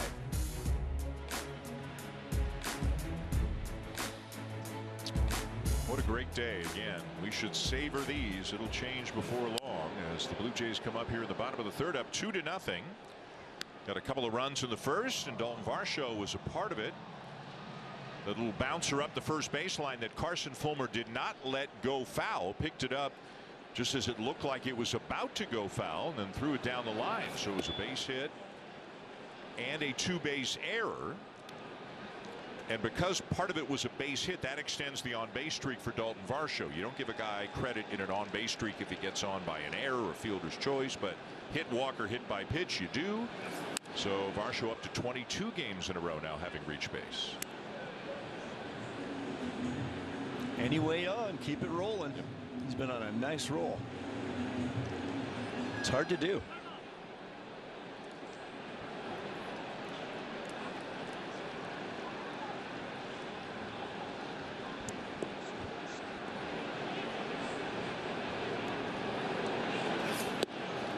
Lays off. You can see Ohtani liked the location, and you can understand that, but a good job by Varsho not to swing at it. I think it's exactly what they wanted to do to Varsho, but nice job by Dalton holding up.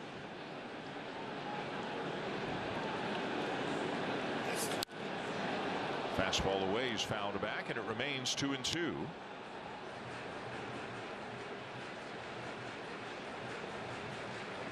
Varsho, Guerrero, and Horwitz here in the third.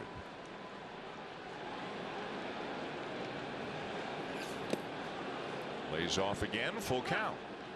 The Blue Jays as a team, they see a lot of fastballs throughout the course of the season. It's because they haven't done a lot of damage against the fastball. Now spin is a little bit different. They've done more of their damage against the breaking pitches. The changeups are tough as well. That's why I thought for sure Fulmer would use that pitch a lot today.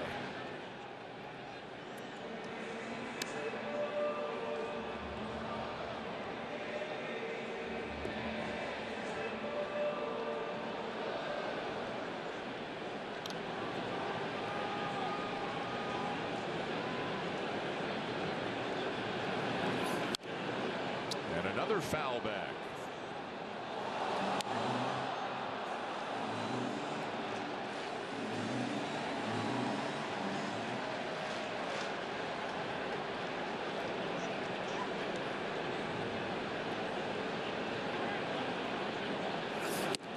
And a swing and a miss now, but a fastball away, one down.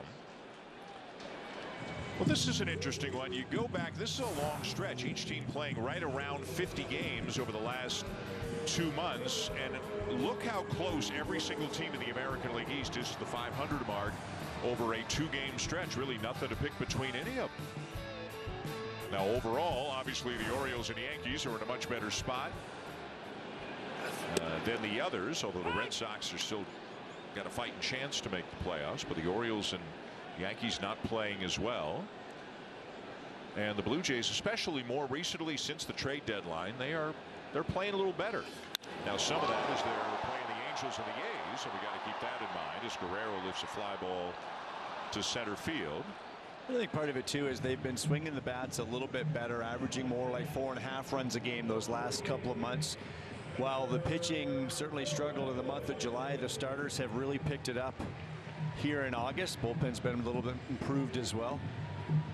But you go back earlier in the season when they were not scoring a whole lot of runs, and then they began to have their bullpen troubles. It's funny, nobody in baseball is on a 100-win pace right now. You got a few teams who look like 95, 96.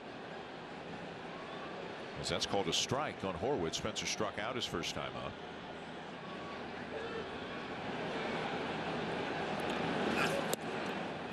Boy, he has given Horwitz a steady dose of those changeups down and away.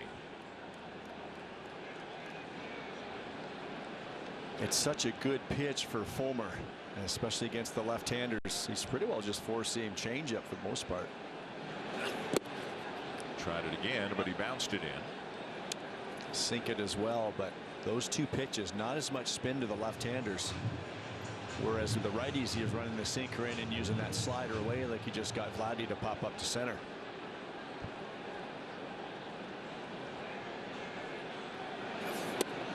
Fastball down and in, 2-2.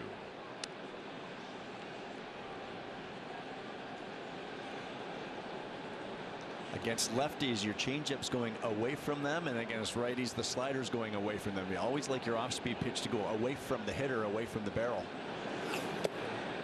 So some guys might be 4-pitch pitchers, but maybe they only throw these 3 to righties and those 3 to lefties. And usually, you know, 2 of them they'll throw to both sides, but then 1 is just for righties, 1 is just for lefties. Everybody a little bit different.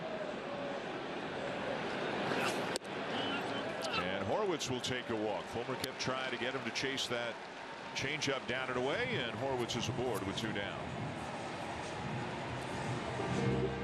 It's a good plate appearance for Spencer after the way it started. He had a tough pitch, that sinker down in the zone. He fell behind in the count, and he was fighting the whole AB. So he's at first with 2 down, and here is Loperfido. And he swings at the first pitch, lifts it to deep center. Off the wall. Pilar gets it back into the infield. Horwitz is getting the wave and is going to be out at the plate. So Loperfido with another double, his second of the game, but Horwitz gets thrown out at the plate to end the inning. So it remains 2-0.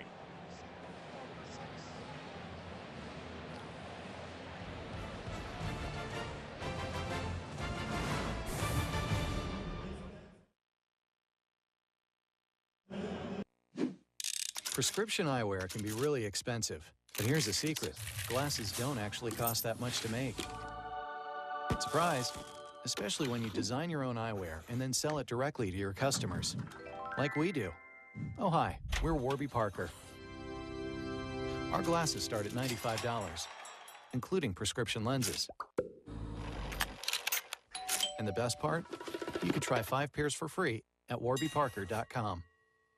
Baseball is a sport, pero la verdad es que para nosotros, el béisbol es otra cosa. El béisbol es un corrido, un dembow y un reggaetón prendido. Es un plácata bien fuácata. Eso es otra cosa. It's the Plátano power and the Arepa power. It's a familiar name and juniors who dare to dream big. El béisbol es otra cosa. Catch up on all the baseball action with a triple play. Kevin Millar, Ryan Dempster, and Sierra Santos. 3 hosts joined by baseball's biggest stars. Welcome to the best interview in baseball. Intentional Talk, only on MLB Network.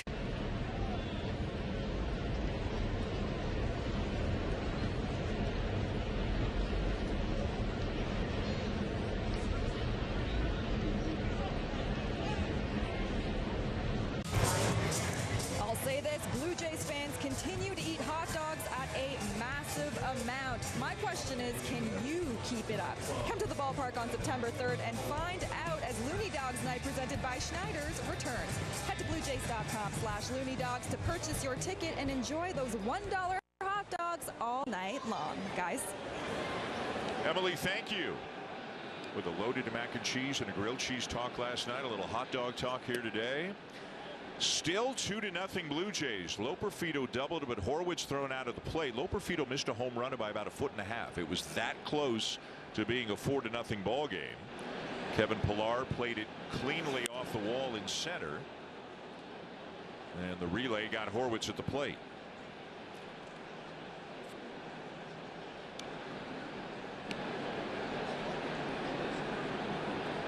You can see Francis putting the ball in the split grip, as almost every pitcher who throws a splitter does. They start in the split grip. Easier to move it away from that to something else rather than to a split grip. Easier to do that without the batter being able to tell what's going on inside the glove. Yeah, it's not like he throws 75% splitters. That's not why you grip it early. It's just to be disguising it.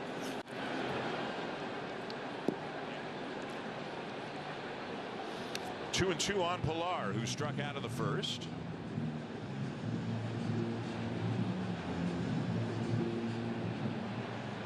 Always interesting how you get to this 2-2 count. Now he's only seen the one splitter, and that's the one he struck out on the first time up. There it is. Wow. Another strikeout for Francis, number 7. Let's go back to the bottom of the third, and the double by Loperfido and Horwitz getting thrown out the plate. Here is it from up high. Here it is from up high. So Horwitz rounding second, and the ball played cleanly by Pilar. The throw goes over the head of Neto to Drury on the fly, and he turns and gets Horwitz at the plate. And those are the things you're looking for as a third base coach. I think Carlos Feble sent him home because he saw the throw from Pilar go high, and if you're going to miss the first cutoff man, he may have read that and sent Horwitz. Now Drury was the trailer. The second baseman was behind him, and he was surprised even when he caught the ball that he was going. But I'm guessing that maybe that's the reason for this end with 2 outs. You see the initial throw high, missing the first cutoff man.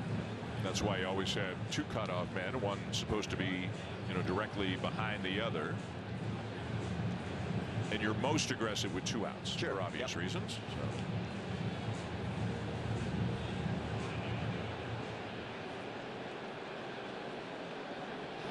So. 0-1 the count on Anthony Rendon.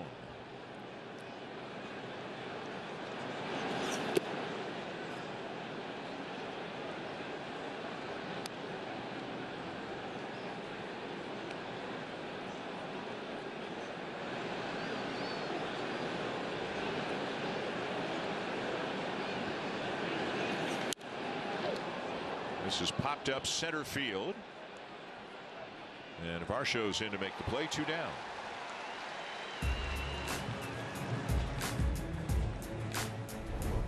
Take your show on the road with Canada's largest and most reliable 5G network. Visit Rogers.com/5G to learn more.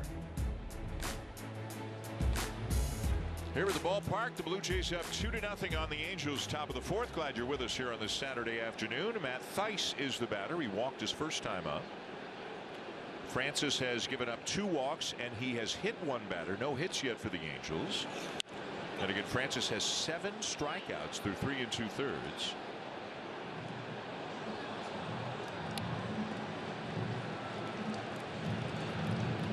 We've talked a lot on the position player side about some of the newer, younger players and the auditioning and so on, and that applies on the pitching staff as well. And certainly, again, Bowden Francis is trying to make a big statement about belonging in the rotation heading into 2025.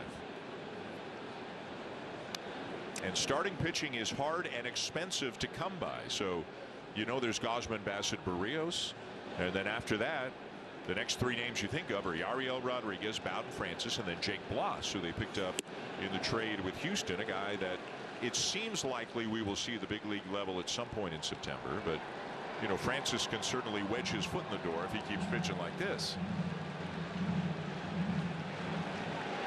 I think this splitter, this pitch that we've been talking about so much, has really changed who he is on the mound. What a weapon it's been. And then he elevates the fastball to strike out another one. 8 strikeouts through 4 innings for Bowden Francis.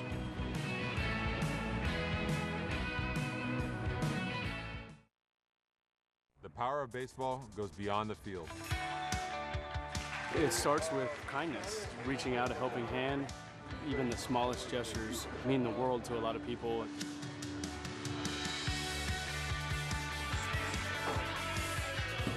Stand up to cancer. Together. Together. Together. Together.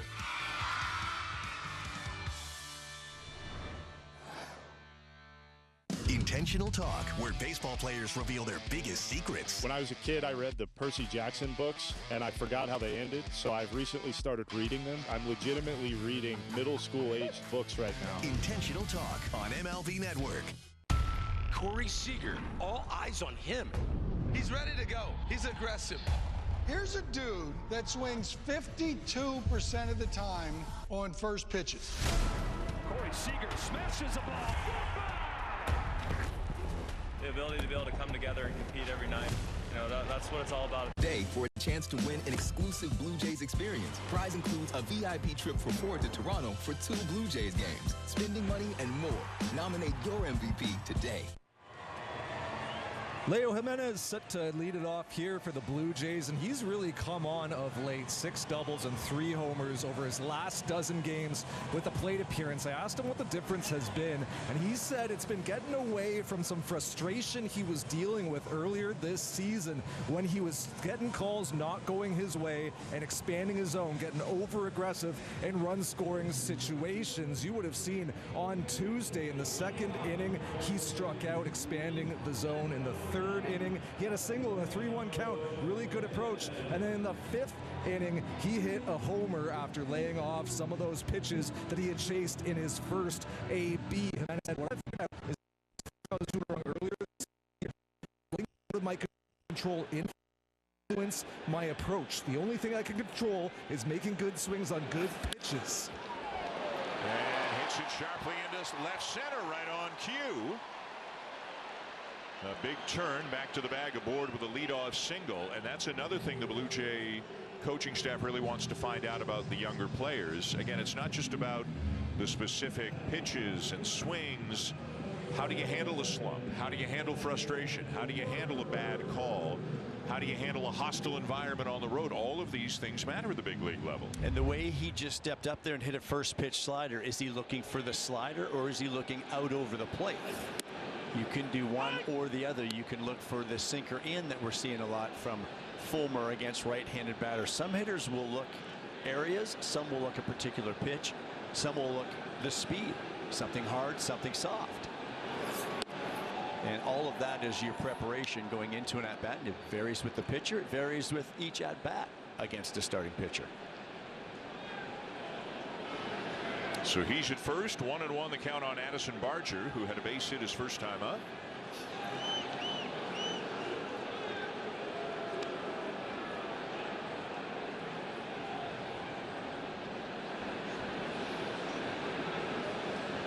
Barger's now got 4 big league home runs, and said, and this is not surprising, last night was the biggest one of the bunch. I mean, a walk-off homer, and just as fun for him. I'm sure his wife is in town, his dad is in town, so pretty he cool. got to share the moment with family.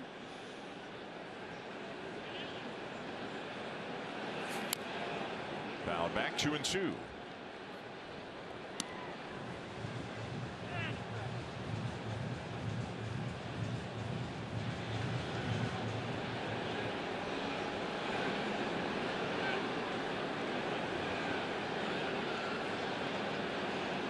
Jimenez the lead, not going, and it's outside.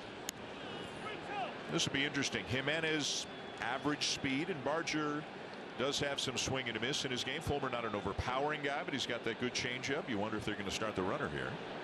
Nobody out, I'll say no. And you are correct as Barger fouls it off. These left-handers are getting a lot of change-ups from Fulmer. We saw a good plate appearance by Spencer Horwitz last inning. Addison getting a piece of that one. He's the kind of guy, when you're facing him as a left-handed hitter, you can pretty well look out over.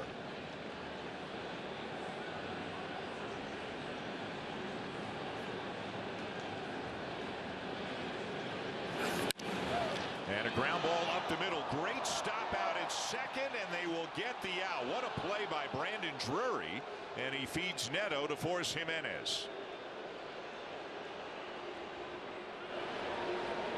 Former Blue Jay saving a base hit right there for his pitcher, and robs Addison Barger of a knock. Does a good job just to get to it, but then he shovels it over there on one hop to Neto to get the force out. What a play. See Neto almost acting like a first baseman with a stretch too. So a fielder's choice for Barger, and now here's Davis Schneider. Will Wagner's been getting the time against right-handers recently at second base, but he's on the bench today. Schneider getting an opportunity to get in there.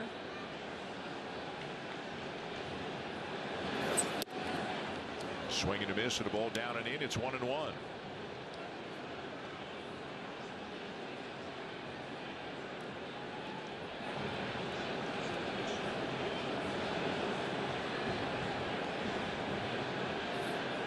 Barger draws a throw, back in standing up.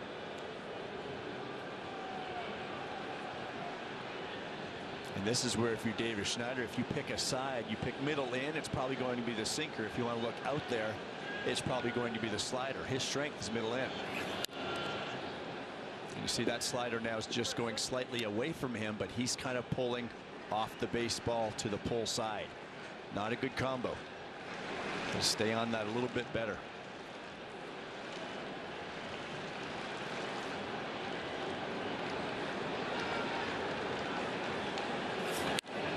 Just foul.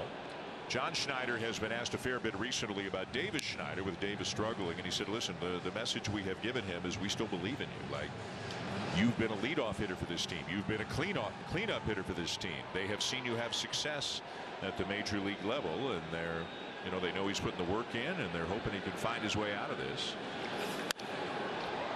There's a well hit ball to center, but Pilar going back to make the catch. 2 down.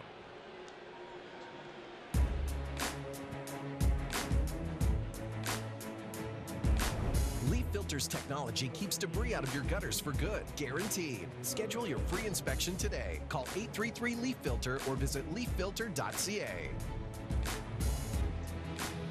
So 2 down here in the bottom of the 4th inning. Dan Schulman, Joe Siddle, Arden Zwelling with you on a Saturday afternoon. Emily Agard is with us here at the ballpark as well.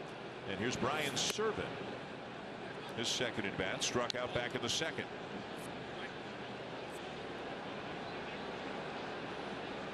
Serven knows what the situation here. He's getting a chance to play basically about once out of every 4 games, and understands, as all catchers do, his primary responsibility is helping out that pitcher and trying to stymie the other team.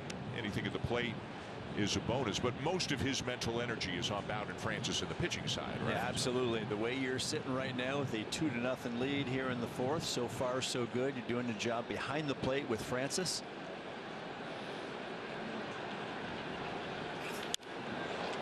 A high fly to center. Pilar going back, but has room right on the edge of the warning track to end the inning. No runs, 1 hit, 1 man left, still 2-0.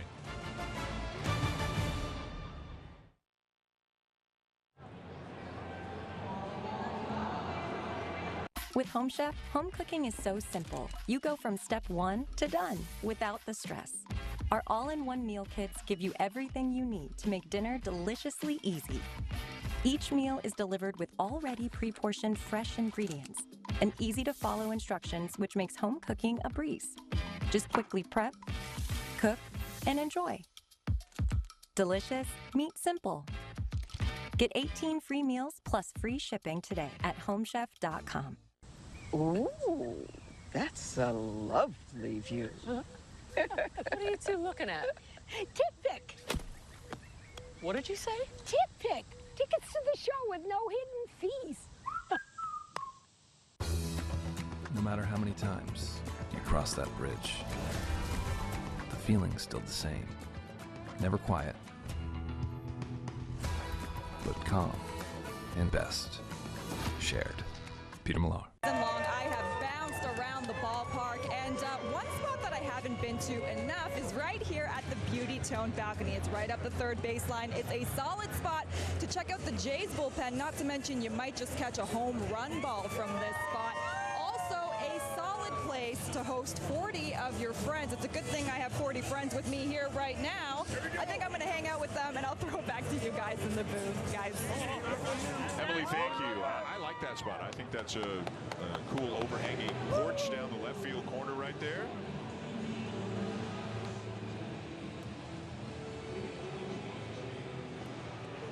Two 2-0 Blue Jays going to the top of the 5th. How about Bowden Francis? 4 innings today, has not allowed a hit. He has struck out 8. That 8 ties his career high that he set 2 starts ago against these very same Angels.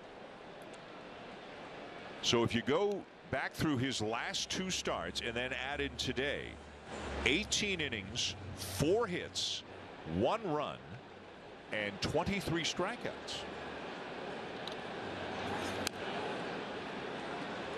Those 2 pitches epitomize what he is doing right there. 4-seam fastball up in the zone, splitter down in the zone. Mixing in other pitches, of course, but those are his 2 key weapons.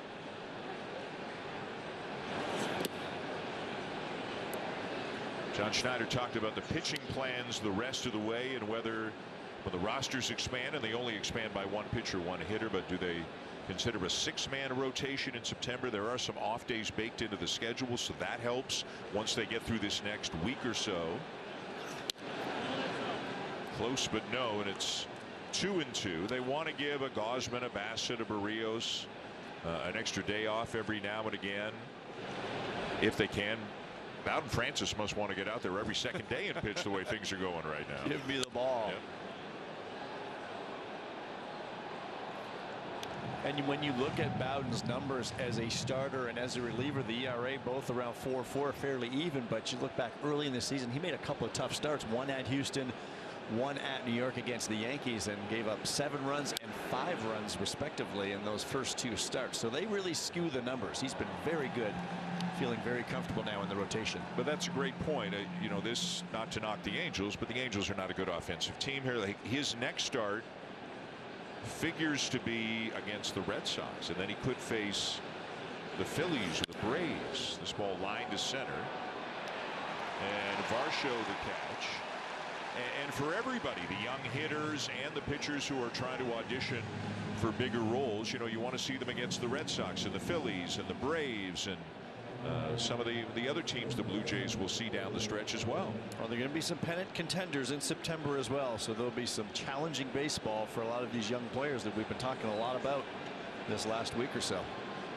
Couple of vets right there, Springer and Bassett chatting it up in the dugout. Joe Adele went around, and it's 0-1.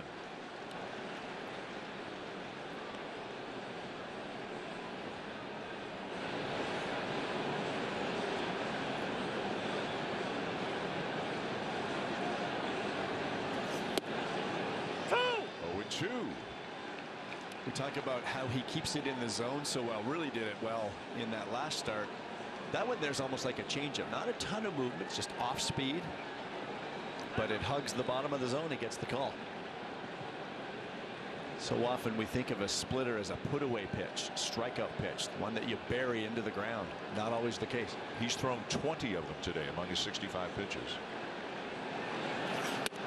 Fastball misses inside. Adele is saying that hit his elbow. And this is something the Angels could challenge.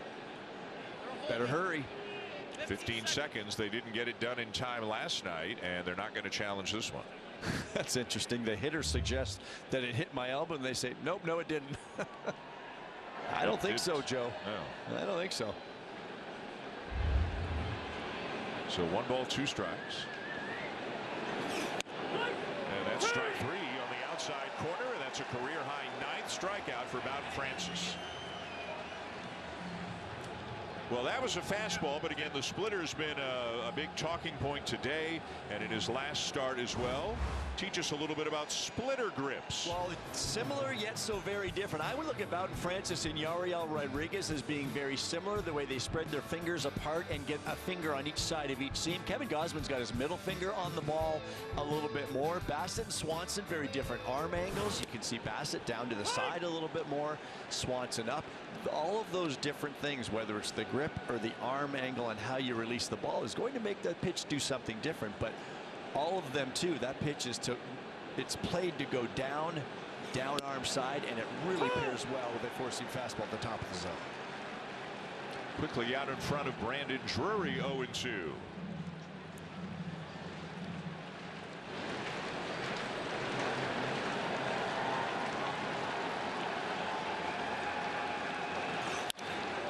Ground ball to short. Jimenez will make the play. 3 up, 3 down for Bowden Francis again. 5 hitless innings here this afternoon. 2-0 Blue Jays as we check in with Jamie Campbell. Stepping to the plate, PJ Morlando. I believe this is where it all began. And this is the sweetest sound in the world. I believe passion doesn't come without pain. The question is, does he have the bat speed? Does he have what it takes? I believe this will all be worth it. And the next pick in the 2024 draft is...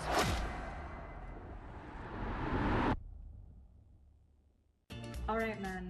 I'm about to put you onto something incredible. It's Blue Chew. Blue Chew. Blue Chew? Blue Chew. Blue Chew. Blue Chew. Blue Chew. And it helps men achieve stronger and longer lasting erections, which is pretty helpful.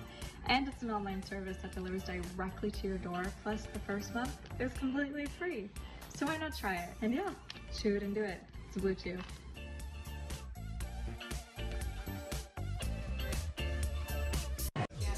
Kyle just made a decision that would change his whole world.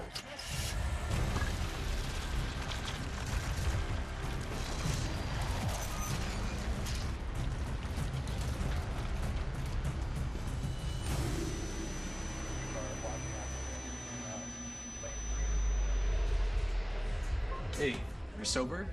You drive. Kyle just made a decision that would change his whole world. Drive sober or get pulled over. Do you spend hours maintaining? It's brought to you by Polestar Cars, 100% electric, pure performance. Ernie Clement took one off the top of the CN tower the other night, way up above the zone. And not only does he get to this pitch, but he puts it into the Blue Jays bullpen in left field. I think his teammates were as amazed as anyone. And when you see coaches and players reacting like that to something that happens on the field, you know it's rather unique, and Ernie is unique. He sure is. His 10th home run of the season, 0 for 2 with a couple of strikeouts today. That's also very unusual, as he hits one down to third. And again, for those who didn't see the game or don't know the specifics, the home run that Ernie hit, so pitch tracking data has been available since 2008. So this is the 17th season of pitch tracking data. Only one pitch in those 17 years, one higher pitch, had been hit for a home run, and that was a 35-mile-an-hour eephus pitch from a position player. Ernie hit a 97-mile-an-hour fastball that was 4 feet 7 inches off the ground. And Ernie's not 6'11". No, and that adds just an entirely new dimension, because a 97-mile-per-hour pitch, almost all the time, that's going to either be a swing and miss. It may get foul tipped. Boy, another great play by Brandon Drury, but then he throws it away. And Dalton Varsho's scampering again, this time to second. Just a great play to stop it, but then he missed the first baseman by a wide margin. Well, we talk so often about Dalton Varsho's base running, but watch him read this. He knows right now, boom, gone. He didn't run through the first base bag and then have to turn. He knew it as it came. Always heads up on the baseball field, and he's standing in scoring position now with one out. And no, it's not a hit and an error. That's just straight 2 base errors. So the official scorer ruling that had Drury made a good throw, then he gets him out, which he would have. It's interesting, though. Tough play, though. Yeah, you make a great play, but then a bad throw. It can go either way. And to me, part of the bad throw is that you're rushing because you had to dive to make a great play, and you've got a speedy runner on the bases. So at least for now, a 2-base error charged to Drury, and now an intentional walk to Vladimir Guerrero Jr. So it's runners at first and second, 1 out for Spencer Horwitz. Horwitz has struck out and walked. This ball is lined to left field, and going back to make the catch is Ward. 2 down. And this is exactly what we're talking about with Spencer Horwitz and his approach to these pitches. As the left-handed hitters in this lineup, they know what Fulmer's doing. His MO is that sinker away and changeup away, so they can look out over. And I think Horwitz was looking to an area there away, and he was all over that pitch. It's an out, but that's a very good piece of hitting. Here is Joey Loperfido, and what a day he is having already. And Ron Washington is on his way out to the mound. The bullpen is up. Carson Fulmer looks like he's saying, what are you doing out here? Yeah. And remember, Washington last night took a long time, forced the umpire to come out, was just kind of buying time for the bullpen, and maybe Burke just got up. Doug Eddings is on his way out, and we'll see if Washington is just stalling for time again. Loperfido has doubled twice off Fulmer. I wouldn't doubt he'd be going to his left-hander right here. He's keeping him in there.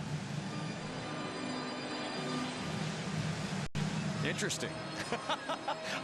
He just had a joke he wanted to tell Doug Eddings. That's why he went out there. He is 1 of 1, Ron Washington. He is. Boy, oh boy. I'm sure he told Doug Eddings, I was just waiting for you to come get me.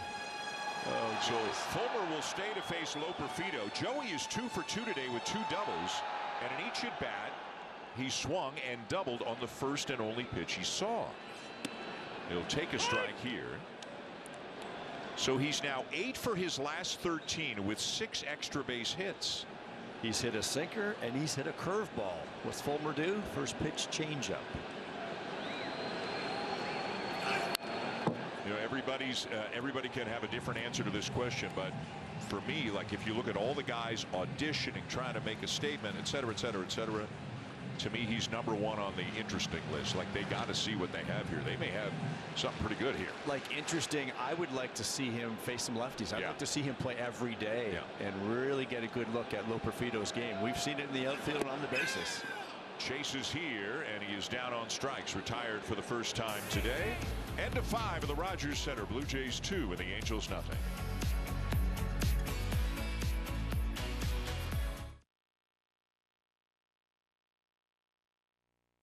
Catch up on all the baseball action with a triple play. Kevin Millard, Ryan Dempster, and Sierra Santos. 3 hosts joined by baseball's biggest stars. Welcome to the best interview in baseball. Intentional Talk, only on MLB Network.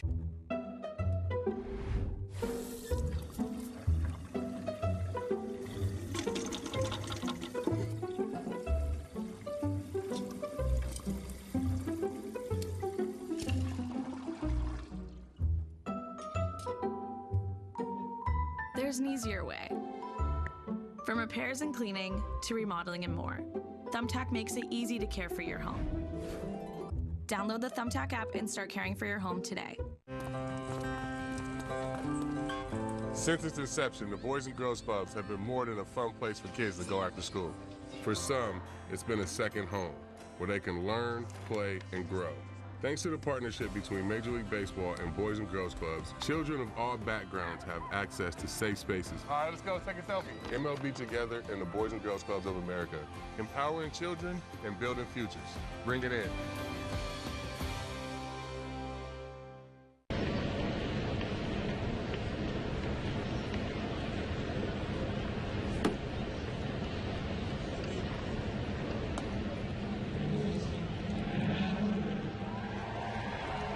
Left in the game by Ron Washington, and he strikes out Joey Loperfido, who had doubled off him twice already today.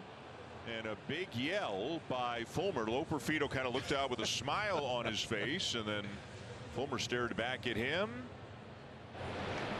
and said some words. Yeah, said a couple of things. Joey didn't say anything. So Fulmer, maybe a little frustration with the first 2 at-bats, but they had kind of very different vibes going there during that stare down, didn't they? Well, I think Joey's reaction is probably what a lot of us would have done. Kind of looked over like, geez, that was a bit of an overreaction, but heat of the moment. Fulmer liked to get out of that inning after his manager was questioning whether he was going to keep him in or not. Yeah. We haven't known Joey Loperfido very long. I haven't seen the angry gear on him yet. No. So I mean, he's. No. I think he reacted as most of us would. Yeah. It was kind of like, wow, that was a lot. Yeah. It's been bugging me ever since he got here. Like, he looks like somebody, and I can't figure it out. I can't place it. But I told him this a couple of days ago. I said, I don't know who it is. Like an athlete? Yeah, like another ball player, but I can't place it. But I said to him, you actually look like a hockey player to me. And he's from Philly. He said he can skate a little, not very well. But he looks to me like a kid from Lethbridge, first-round pick. You know, he had a great year in the American Hockey League this year. He's got a chance to be a top 6 forward this year if he has a good can. Doesn't that look like a hockey player? You don't know hockey. Defenseman. No, he's not a defenseman. Defenseman. No, he's not a defenseman. He's a winger. He's a winger. Oh, yeah. He's a winger. You know who was on the field this morning for batting practice was Darnell Nurse. That's right. Right? Clement racing over, but hockey, no play. And that was an excellent segue by you, right? Yeah. Edmonton Oilers, Darnell Nurse on the field today. Joe's got a little hockey hair in the back there. I think he looks like a winger.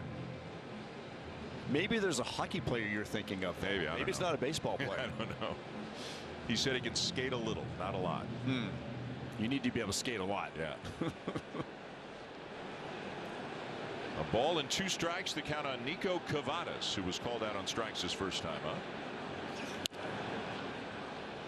Now to play left side again. I like the reaction of the hitter there to that fastball. That ball is all in on him, and that's where I don't think I'd settle and go back to the splitter after that. Whether he's thinking splitter or he's just laid on the heater or a combination of both. Strikeout number 10. We don't see that pitch very often as a strikeout pitch. He just flipped that curveball in there as though it was an 0-0 pitch to a lefty, but clearly fooled the left-handed hitter. Froze him.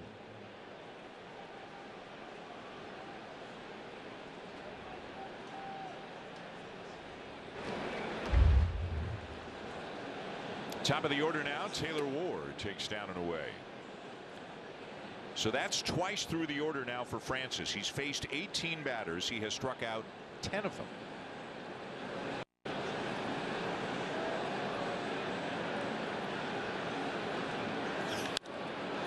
And this one high in the air to center. Playable for Varsho. And out number 2.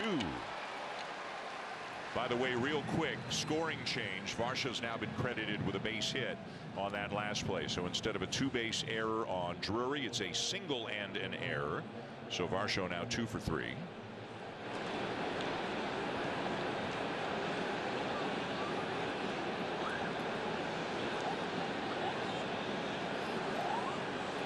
The batter is Zach Neto, who has struck out and grounded into a double play.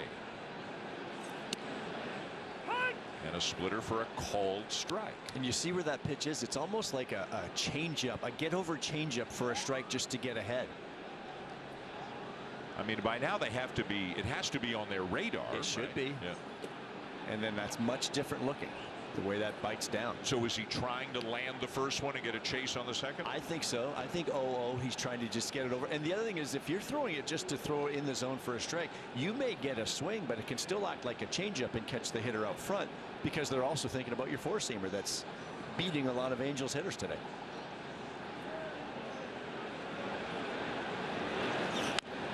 Fastball hit back to the mound. Easy play for Francis. And another 3-up, 3-down inning. And the beat goes on for Bowden Francis.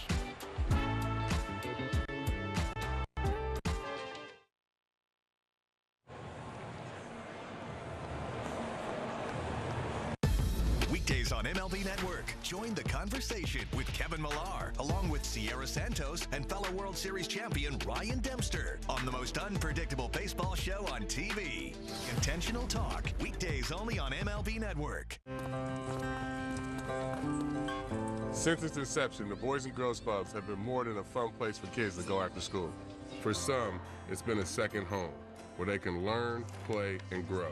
Thanks to the partnership between Major League Baseball and Boys and Girls Clubs, children of all backgrounds have access to safe spaces. All right, let's go take a selfie. MLB Together and the Boys and Girls Clubs of America, empowering children and building futures. Bring it in. Marcus Lynn Betts, best player on the planet. I love watching Mookie play on the Hall of Fame highway. It's a blessing to have those expectations. Goodness.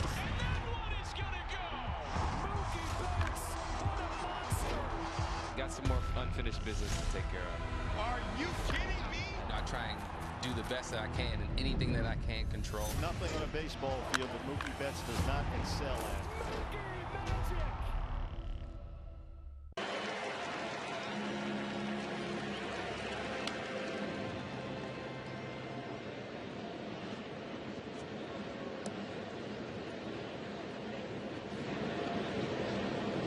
Game with exclusive Blue Jays perks.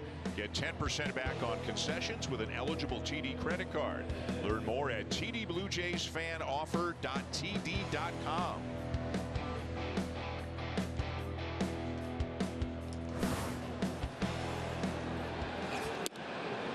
Still 2-0 Blue Jays. Bottom of the 6th, both runs scored way back in the first. Vladimir Guerrero Jr. an RBI double. Joey Loperfido an RBI double. This is Leo Jimenez, 1 for 2.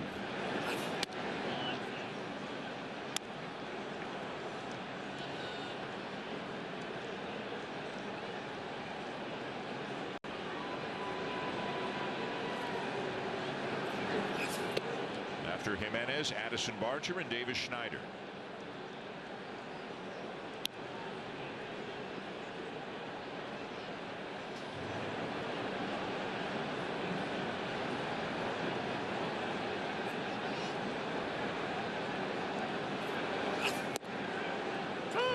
Strike call, 2-2.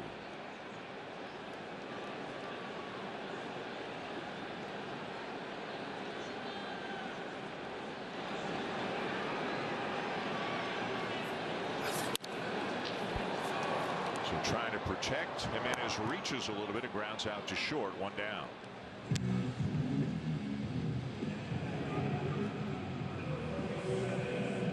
Pretty sure-handed Zach Neto at shortstop. We've had him struggle, seen him struggle on a couple plays in this series. Watch how he pushes that glove forward. We see so many infielders when they're working their infield drills. Push that glove forward, get that nice clean hop. Good accurate throw over to first base.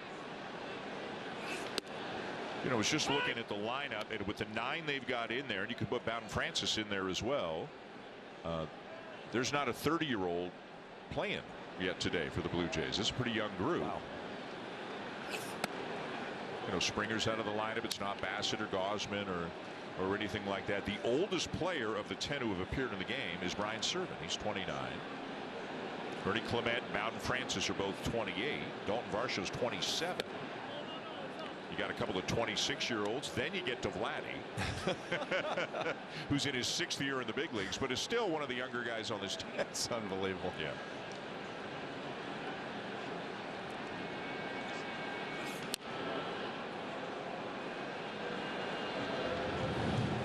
Addison Barger is 24. He will turn 25 in November.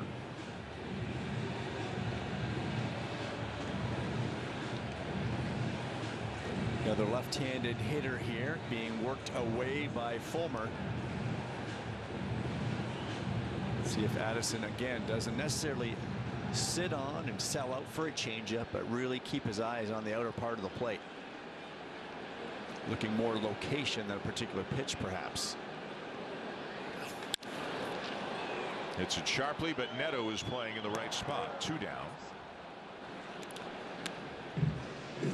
UFC Fight Night is back tonight. Tune into Sportsnet 360 at 10 Eastern, 7 Pacific.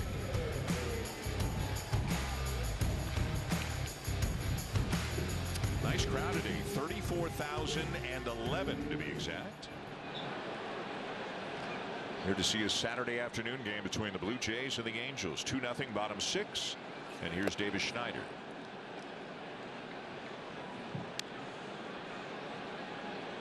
Schneider 0 for 2.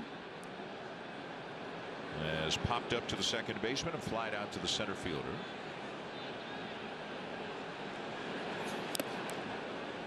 Slow curveball right there, 1-1.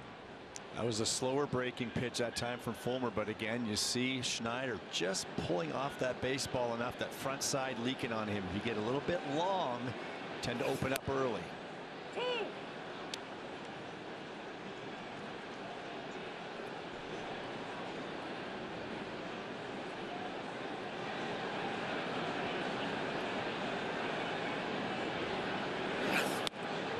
Swings through a fastball up at the belt as the Blue Jays go in order.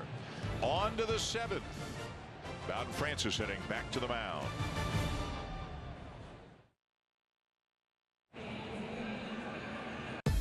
Weekdays on MLB Network. Join the conversation with Kevin Millar, along with Sierra Santos and fellow World Series champion Ryan Dempster on the most unpredictable baseball show on TV. Intentional Talk. Weekdays only on MLB Network.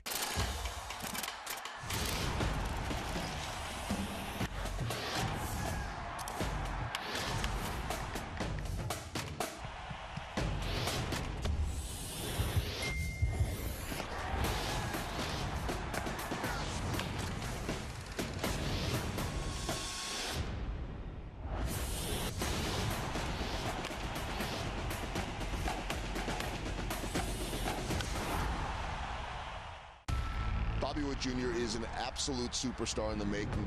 I've never seen anything like him. He's one of the best players in baseball. Highlight reel play, Bobby Witt Jr. That's why we call him Bobby Baseball. He is a generational talent. I want to win a World Series. I want to do it in Kansas City. This guy is the cream of the crop right now. Sensational again. It is crazy, wiry, athletic, hot. That's only going to get better.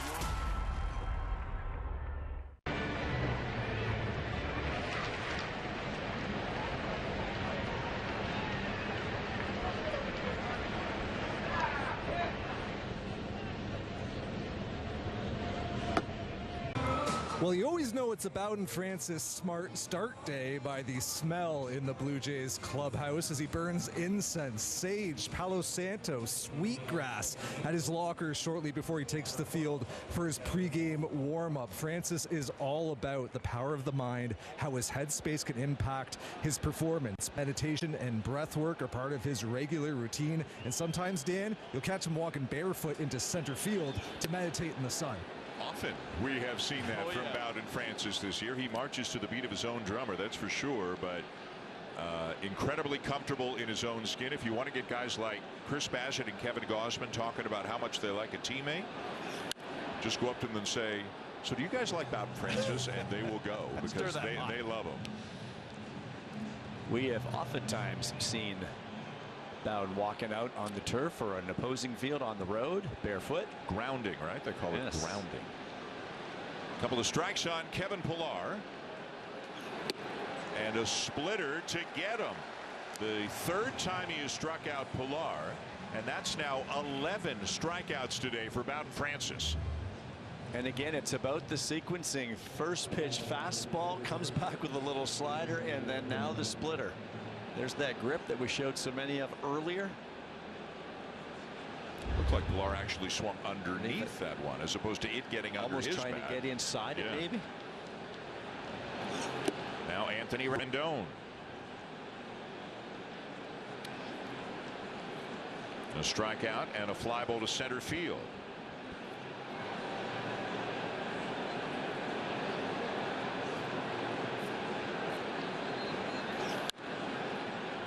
Francis has walked 2 today. They both came back in the second. He got out of that. He hit a batter with a curveball in the third. That runner was erased on a double play, and that is it. Fastball has had good life today also, and I'm not sure if it's just a reflection of the other pitches, but even that right there, it is on hitters, and they're late. Got lots of swings and misses with that four-seamer, and we talk about the splitter carrying the zone. He's gotten called strikes with that pitch. It's a different MO for sure. Too high with a fastball. 2-2 on Rendon.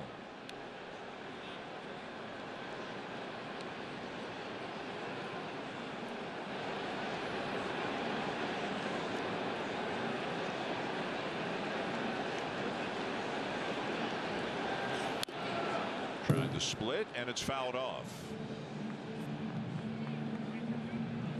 90 pitches now through 6 1/3 for Francis. The most he has thrown in a big league game was 95. That was against the Cubs 6 days ago.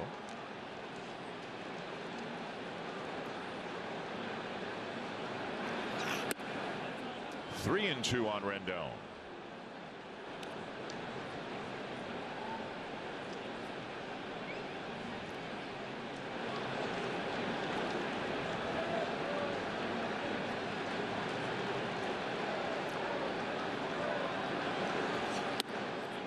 Tried to split, and he puts him on. The third walk surrendered today by Francis, and a one-out base runner for the Angels here in the 7th. And Pete Walker on the phone. So again, up into the 90s, working here in the 7th inning, and the Blue Jays will get the bullpen activated.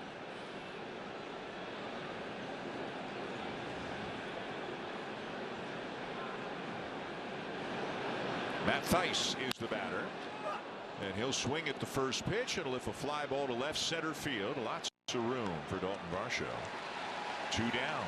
Another example of a first pitch splitter, just carrying the zone, but it acts like a changeup if you do get the swing, and Thaiss was just out front and underneath that pitch.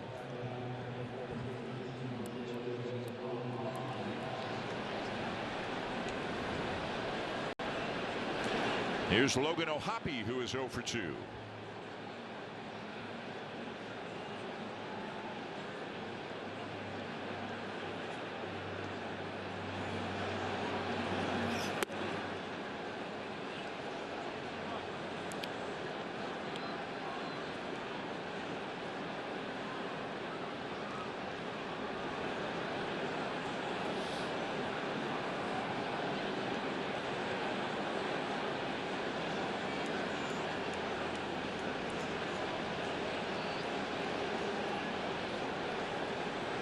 It's interesting. Bowden had the sign. He came set, and he just did not like the grip. Whatever pitch he was going with, did not like the feel of that baseball.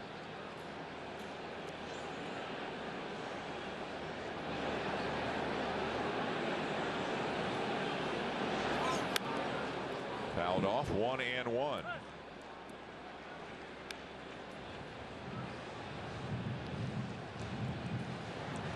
It's Zach Pop, who is now just kind of lightly starting to get loose in the bullpen.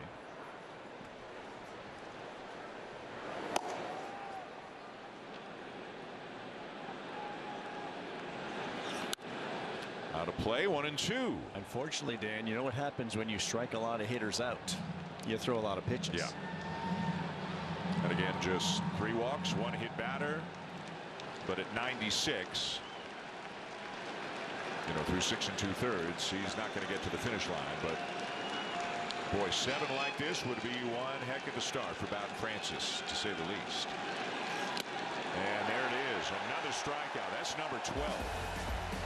Might be the last pitch of the day. Who knows? Nearing 100, but 7 hitless innings with 12 strikeouts today for Bowen Francis.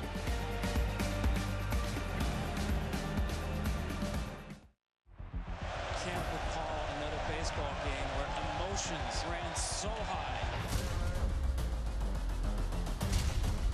There it is! Fly ball to deep right field. It's out of here! It's gonna go! What a play by Aaron Judge! Experience game-to-game coverage of the night's biggest moments, live and commercial-free. MLB Network Strike Zone, Wednesday and Friday nights all season.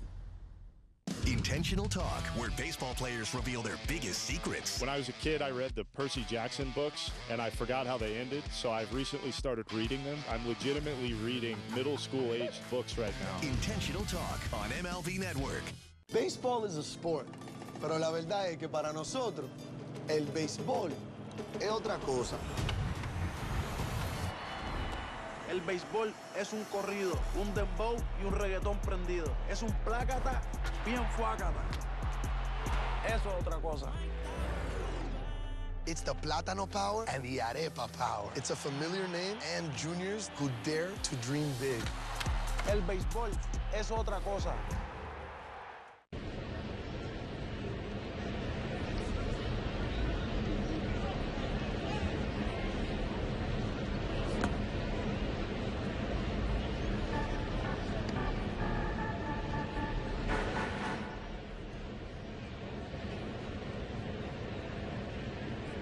Junior J Sunday at the ballpark. Don't miss out on the final outdoor program of the season. Between gates 5, 6, and 10, 11, you'll find artists, games, live performances, inflatables, and more. It's fun for the whole family. The excitement continues inside with more Junior Jays activities and prizes.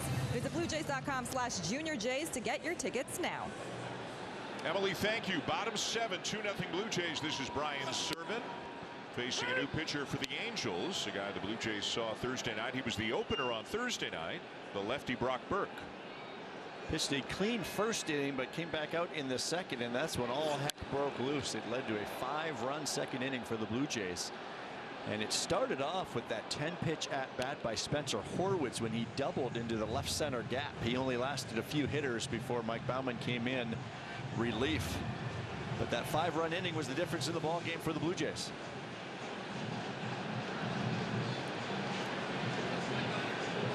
Couple of strikes on Servant as he asked for his timeout.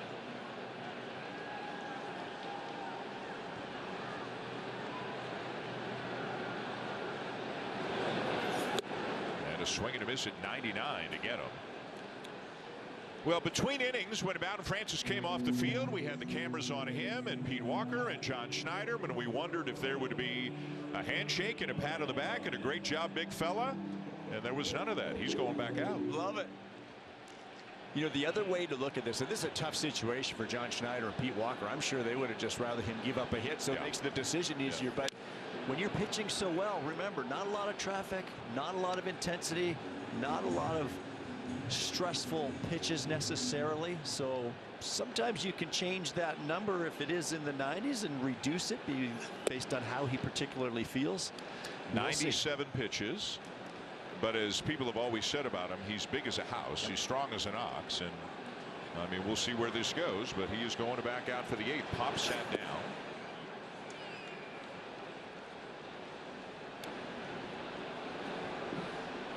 Ernie Clemente for 3. Hitting in the leadoff spot today with George Springer not in the lineup. And Burke strikes him out. 2 down. So Francis has allowed 3 walks. He's hit a batter. And that is it. And again, he has blown by his previous career high in strikeouts. It was 8 against the Angels 11 days ago. He's got 12 strikeouts today through 7 innings. And again, the splitter's been a big part of it, right? Absolutely it has. And it's been to both righties and to lefties. And that's the newer thing that's been such an effective pitch for him. Oftentimes you see these righties, the splitter be a big pitch to the left-hand hitters, but he's kind of shelved the curveball for the most part. Meanwhile, it's raining. It's what? It's raining here. We don't say that much because normally when it's raining the roof is closed. But it is raining.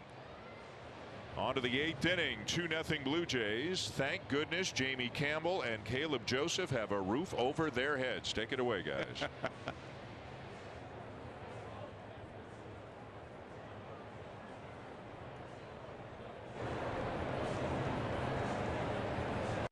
From the day's first pitch to the night's final out, MLB Network sets the stage for fans every day.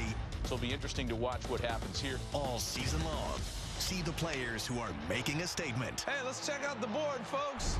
With live games every week. Inside the park we go. Cutting-edge baseball chatter. Plus highlights, analysis, and live look-ins on MLB Tonight. MLB Network. The game is the star. Baseball is a sport, pero la verdad es que para nosotros el béisbol es otra cosa. El béisbol es un ruido, un dembow y un reggaetón prendido. Es un plácata bien fuácata. Eso es otra cosa.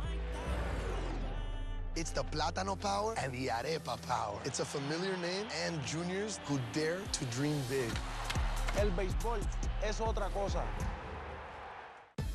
Weekdays on MLB Network. Join the conversation with Kevin Millar, along with Sierra Santos and fellow World Series champion Ryan Dempster on the most unpredictable baseball show on TV.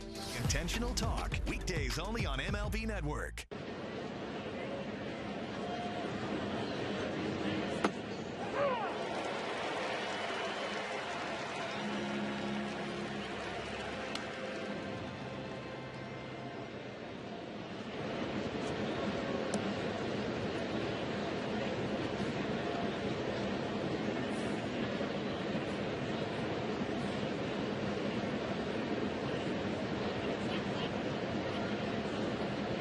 Ontario or Nova Scotia.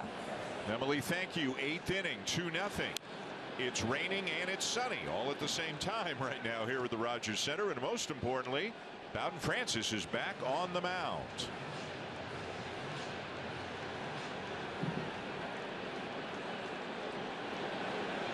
Joe Adell has walked and struck out in his 2 plate appearances. Takes a strike and it's 0-2.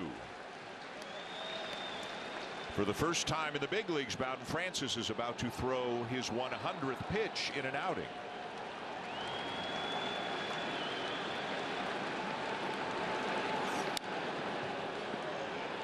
And he just about beat him. Adell was just about beat by that splitter. Wasn't sure what to do about it. We see that splitter run in on the hands of right-handed batters, and it's as though they're waiting, and it's like, oh, I better swing because it's staying in the zone.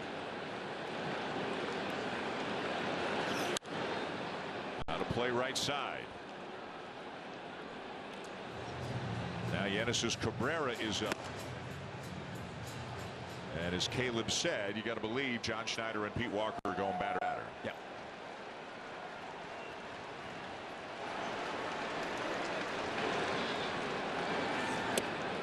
Off the outside corner with the split.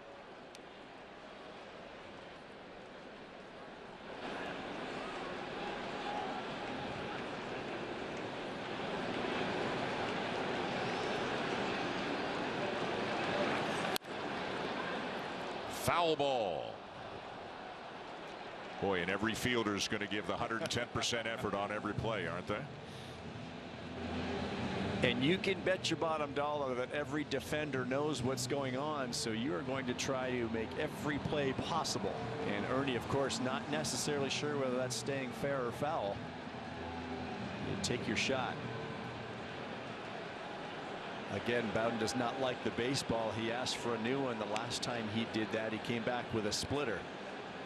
Maybe trying to find that right grip to wedge that baseball in between those fingers.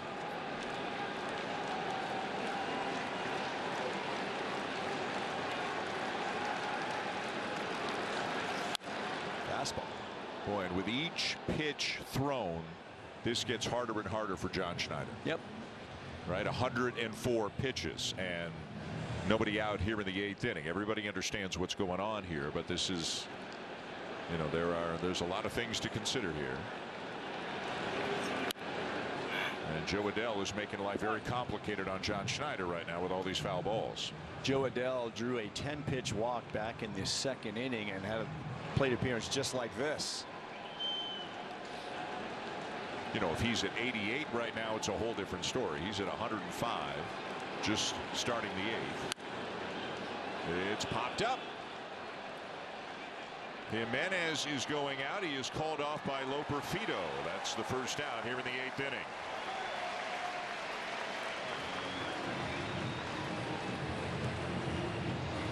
His splitter must look a lot like his fastball, because even the ones that stay in the zone, some of them right down the middle of the zone, hitters are just way out front and they look like changeups. Here's Brandon Drury. He is 0 for 2. He's the only hitter in the Angels lineup who has not struck out at least once today. He's been retired on a couple of groundouts.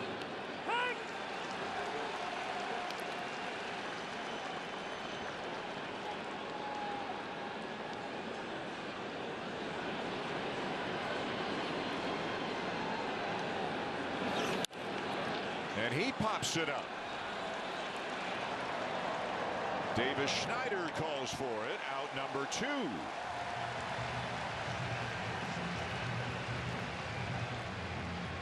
I feel like oftentimes today we've seen the target from Servin up in the middle of the zone for a 4-seam fastball, and if anything, Bowden will pull it away to that outside part, but it's on the outside corner. It's perfectly located. Haven't been a lot of middle mistakes in this game today. 2 down. And a foul off by Nico Cavadas, who has struck out in each of his 2 at-bats.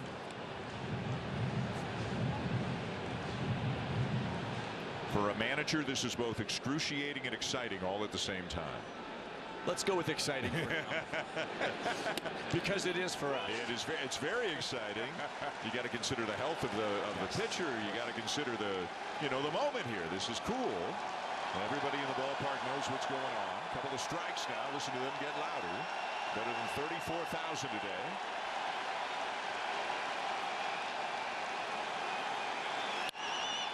To left field. It's right at Loperfido, and the inning is over.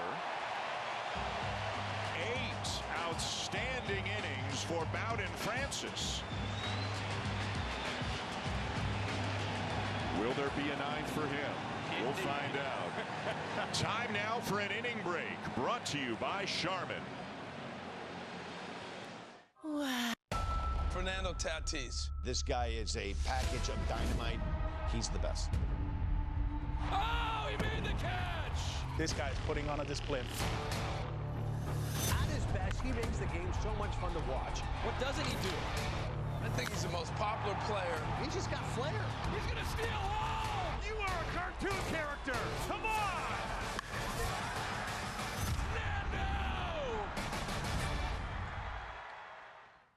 Intentional Talk, where baseball players reveal their biggest secrets. When I was a kid, I read the Percy Jackson books, and I forgot how they ended, so I've recently started reading them. I'm legitimately reading middle school-aged books right now. Intentional Talk on MLB Network. Man, I've seen things you wouldn't believe. But this I have not seen. You know, nothing phases me, man. Nothing. But these guys got me phased. Now, this game found another gear. Think you've seen this before? Keep watching. Just right there, just a little visualizing, maybe a little meditating. That's Bowden Francis right there, and what an incredible job. Again, the player of the week in the American League last week, and now he's taken it to an even higher level with what he has done so far here today. Here was the scene as he came back to the dugout. Atta baby, and that's it. And now nobody's going to talk to him for the next 7 or 8 minutes till he goes back out there again, which it certainly looks like he is going to do. He has thrown 111 pitches, by the way. Here's right-hander Victor Medeiros into the game for the Angels. Just one game for Medeiros. He was recalled from High A Tri-City prior to Sunday's game. He made his debut on Monday against the Kansas City Royals. Vladimir Guerrero Jr. is going to lead it off. Smokes this ball to center field. Pilar back. It is gone.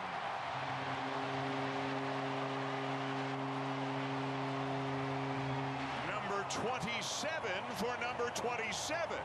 And it is 3-0.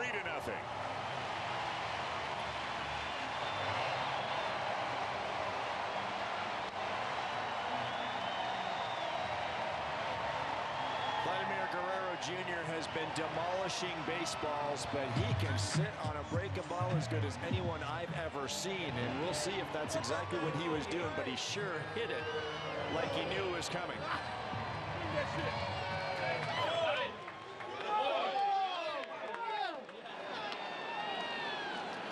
Now Spencer Horwitz.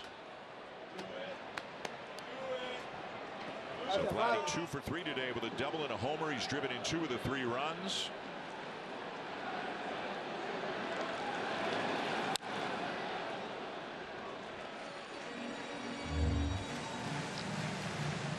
See this little slider, and it just backs up, does not do a whole lot, and stays on the inner half. And if you make that kind of mistake to Vladdy, there's a good chance you're not getting that baseball back.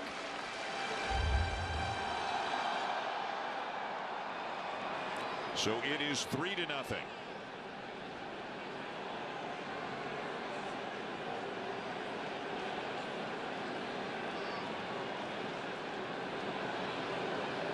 A couple of strikes on Horwitz, who's 0 for 2 with a walk. Takes inside.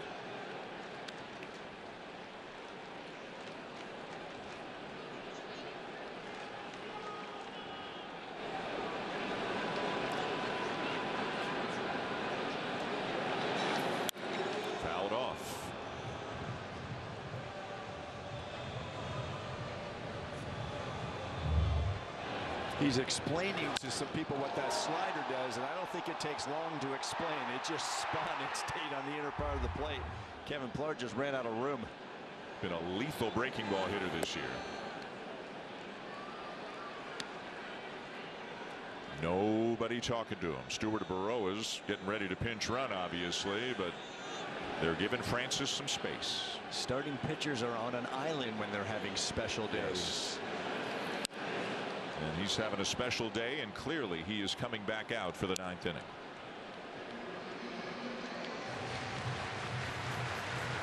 Well, you go back a couple of starts, and that was in Anaheim against the Angels when he went 7 innings, allowing just 1 run, a career high 8 strikeouts that day last week.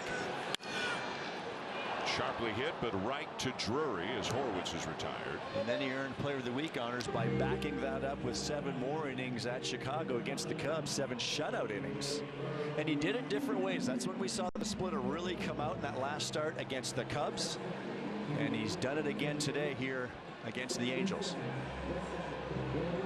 And again, 2 things working in his favor in terms of coming back out for the 9th inning. One, as we said, he's big as a house and strong as an ox, and that matters. And the other, as you rightly pointed out, there have not been a lot of stressful situations today. And generally in games like this, there are, but not a ton of base runners. And, you know, whoever was out there wasn't out there very long. He got out of it and ended the inning. Yeah, he walked 2 batters in the 2nd inning. One of them was a 10-pitch walk to Joe Adell. That's probably the most stress he's been under with the runner in scoring position. But he has been pretty well in cruise control. 12 strikeouts. Predominantly fastball splitter. Feels like we're talking about a Kevin Gausman start.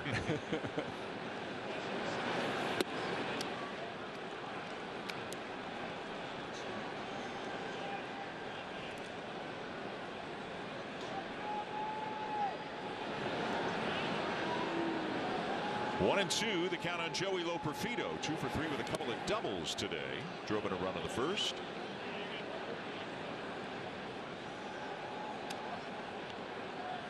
It'll be the top of the order for the Angels in the 9th inning. Ward, Neto, and Pilar.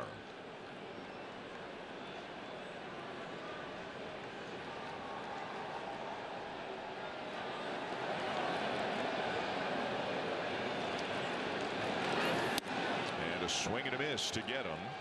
2 down.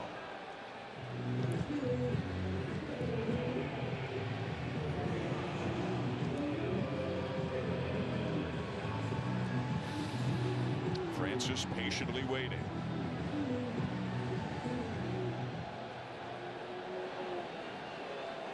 The batter, Leo Jimenez.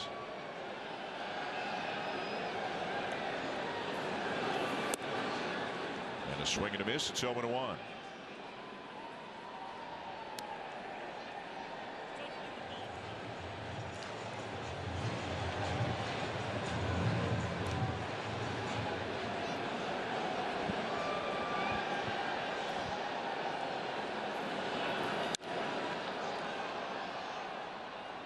Couple of strikes now on Jimenez.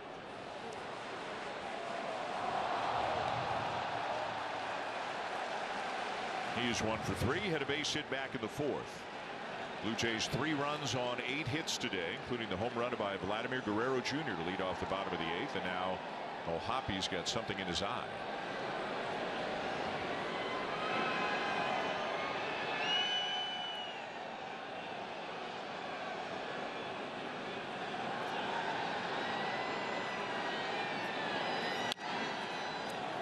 Medeiros comes to get it, sets his feet, and throws him out, and that'll end the inning. The Guerrero home run makes it 3-0 going to the 9th. All eyes on Bowen Francis as he makes his way back to the mound.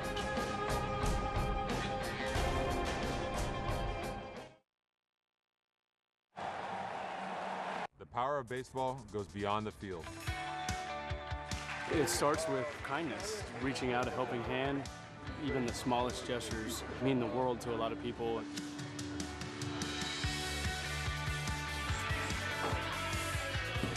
Stand up to cancer.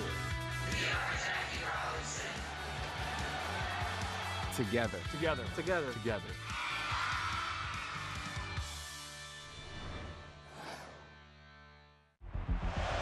Has made his way back to the mound for the 9th inning. It has been a sensational afternoon for the big right-hander. 8 innings, 12 strikeouts. He has walked 3, hit 1, and that is it. He has thrown 111 pitches, some of them in the rain, which was a little bit unusual earlier today. And John Schneider has sent him back out for the 9th inning. And as Francis emerged from the dugout and made his way back to the mound, he got a standing ovation here from the fans. They are well aware of what is going on here today. Pretty fantastic vibe here at the Rogers Center. The fans were on their feet as Bowden took to the mound to begin the 9th inning. Top of the order for the Angels: Taylor Ward, Zach Neto, and Kevin Pilar, each of whom has seen Francis 3 times.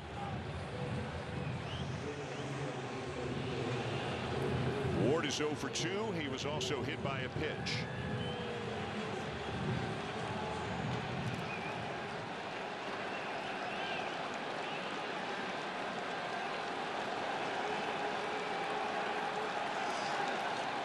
And a splitter misses inside for ball 1.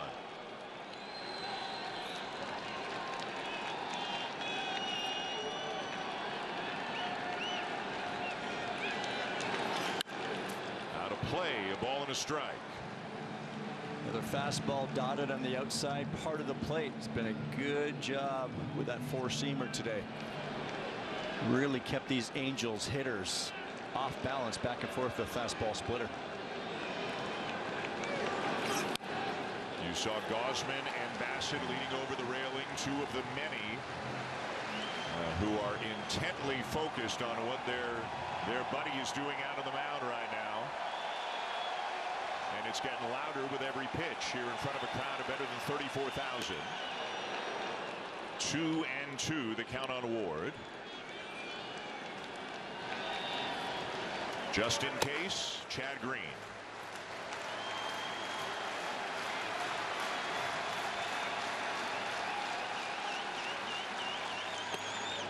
Three and two. Good job by Ward not to chase that splitter.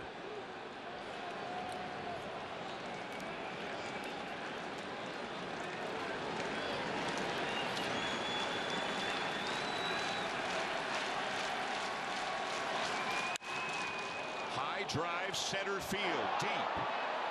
Varsho cannot get it. It's up on top of the wall and gone. It is a home run for Taylor Ward.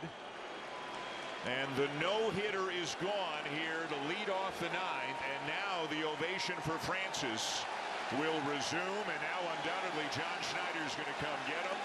He gave him a shot. There's the call to the pen for Chad Green. A standing O from his teammates as well. What an afternoon for Bowden Francis. And let's soak this in.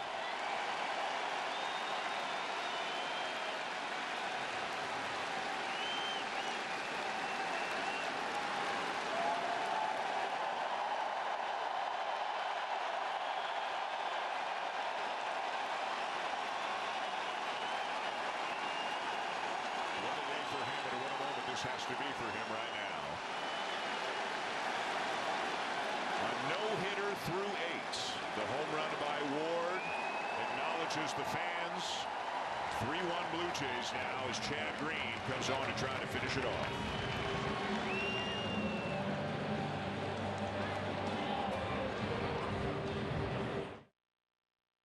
How many pairs of Tecovas boots is too many pairs?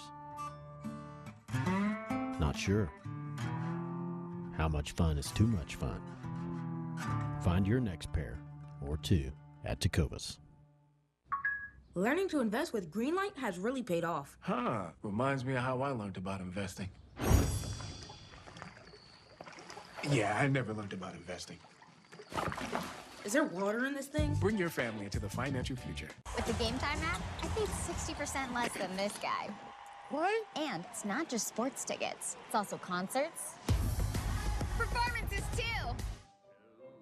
Oh, come on! Download Game Time. Last-minute tickets, lowest price, guaranteed. So that's how they're so productive. They use Fiverr. Look how quickly they find freelancers. So simple. Yeah, but why are they working in the dark? Grow your business easily with freelancers. Fiverr. Weekdays on MLB Network. Join the conversation with made the move as soon as the first hit was allowed by Bowden Francis. The obvious move once he gave up a hit. But, boy, I can't wait to hear, because Schneider will be asked, what did you say right there to Bowden Francis? Again, Francis was the American League Player of the Week last week for having 2 great starts. And then he went out and took it up a notch with what he did here today, Joe. He certainly did. What a fantastic performance after the Player of the Week honors and the 2 past performances that earned him those honors. Yep. But for John Schneider, it had to be a tough decision, but he let him go, and you have to respect that. You have to admire that, and good on Bowden Francis for giving it everything he had today. Francis winds up throwing 117 pitches, so obviously they were going to let him get into the 120s if he was starting to get through the 9th. You know, I'll tell you something that I can say now that I couldn't say before. Dave Steed, the only no-hitter for the Blue Jays, September 2nd, 1990. It was in Cleveland. The Blue Jays led 2-0 when they came up in the top of the 9th, and Fred McGriff hit a home run to lead off that inning to make it 3-0 as Green gets a tapper off the bat of Neto. And when Vladdy hit that home run on the bottom of the 8th, because I was at that game in Cleveland. I remembered. I was like, it's just like what Fred McGriff did at the top of the ninth in Cleveland. I said, it's all coming together here, but it wasn't meant to be. But still, look at this line. What a run Bowden Francis is on right now. He had a career-high 8 strikeouts a couple of starts ago against the Angels, and he just shattered that mark today, striking out a dozen. Now Kevin Pillar.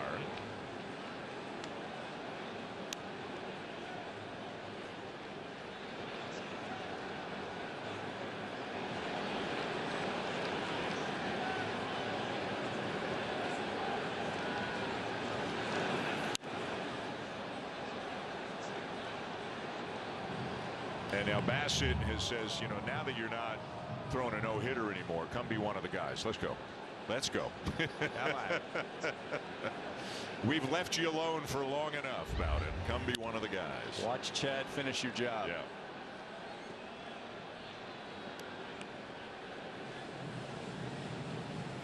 Gave it all he had, pretty close. Yeah.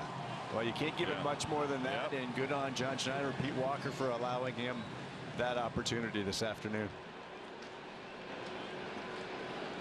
The meeting tonight will be, how do we try to get him an extra day before his next start? Now that he just threw 117 pitches, but they can take care of that a little bit later. They can do a lot of things. Yeah.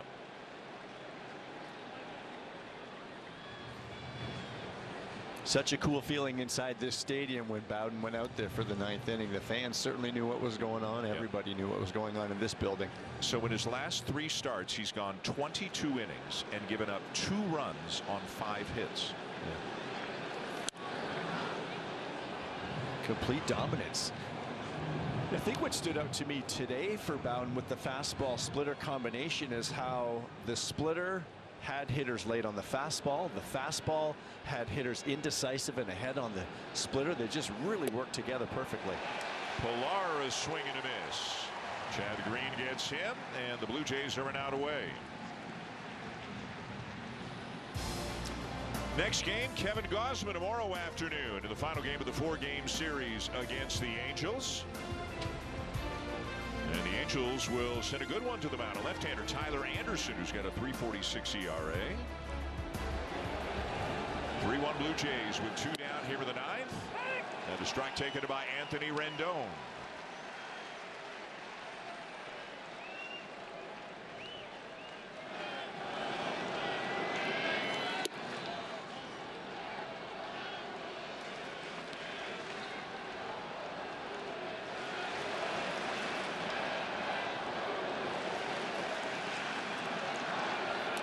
Slider down and away, 2-1. Francis exceeded his previous high in pitches in a big league game by 22. Exceeded his previous big league high in strikeouts by 4. He struck out 8 Angels 11 days ago, 12 Angels rounded today.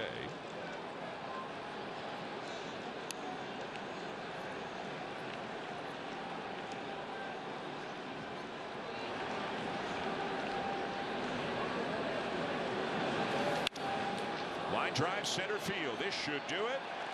And it will. Chad Green picks up the save.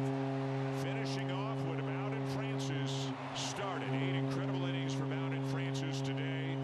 And congrats from the rest of his teammates. All the guys on the field will give him a big hug right now. What a day for him as he continues to make an incredibly loud statement about the role he wants heading into 2025. And the role he wants is to be part of this starting rotation in 2025, and Bowden Francis is doing everything he can to prove his point. What a special afternoon here in downtown Toronto at the Rogers Center.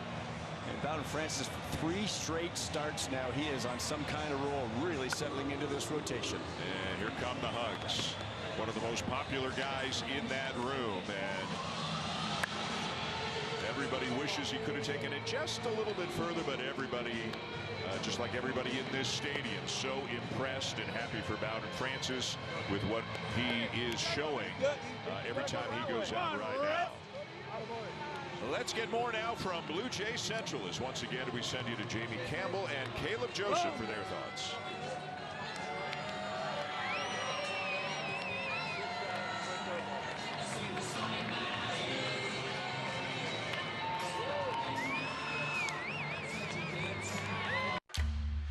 how you get healthcare matters. That's why millions of guys.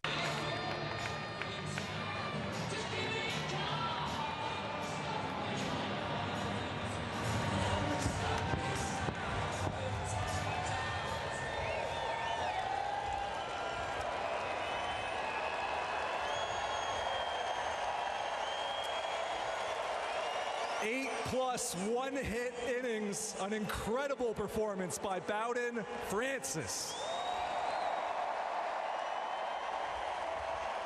Bowden, you're one of the coolest, calmest guys on the mound, but be honest, did your heart... Different way, and we'll probably talk about that here in a little bit, but it was impressive to watch him make the adjustments, but attack them the same way. Same way, but different way, if that makes any sort of sense. He has been phenomenal his last 3 starts. Congratulations to Bowden. Let's take you down to the field. Arden Zwelling is with Bowden Francis. 8+ one-hit innings, an incredible performance by Bowden Francis. Bowden, you're one of the coolest, calmest guys on the mound, but be honest, did your heart rate pick up at all in this start? I would say I hit a second gear in the 8th, and then when I went out for the 9th, I felt y'all for sure. Thanks for letting them finish, guys.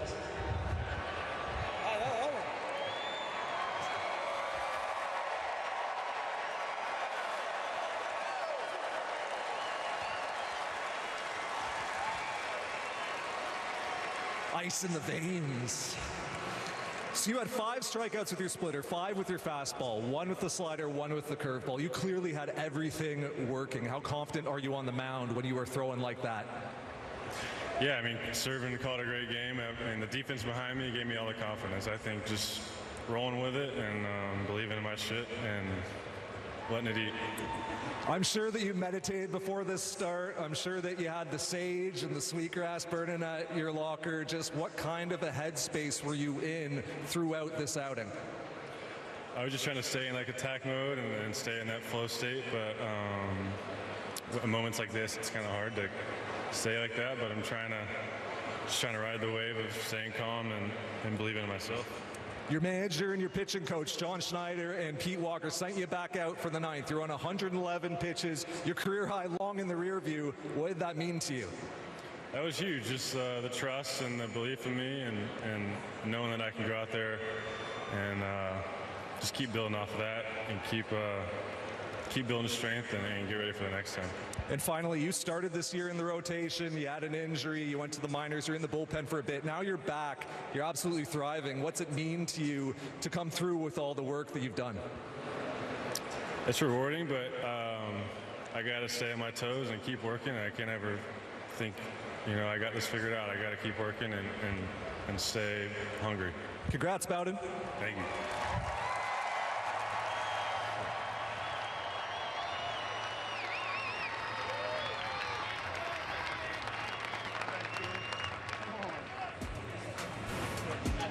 If you get the impression Bowden Francis is slightly laid back, you're correct. And that man just did this over the course of 8+ innings against the Los Angeles Angels. And we have to remember, Caleb, that in the moments that follow missing out on a no-hitter, as he took one into the 9th inning, you would have to expect him to be a little bit disappointed too. Did that register in the conversation with Arden? Yeah, you could tell that he really wanted it. You could tell that he probably ran out of gas just a little bit, and I was wondering if he might kind of pitch around Ward there. The last thing you want to do is kind of throw a strike, but when you look at the overall performance, I thought it was fantastic. We just mentioned the fact that he kind of did it the same, but he did it different, just now facing the team. He said he kind of got a jolt of energy in the 8th, and that is kind of what you're looking for, kind of getting to that 110 pitch part of the game. You need a second gear, and I just love what he was able to do in terms of staying hard. He had lost a little bit on the fastball, but it was well located for the most part, and then just gets to a 3-2 count with Ward.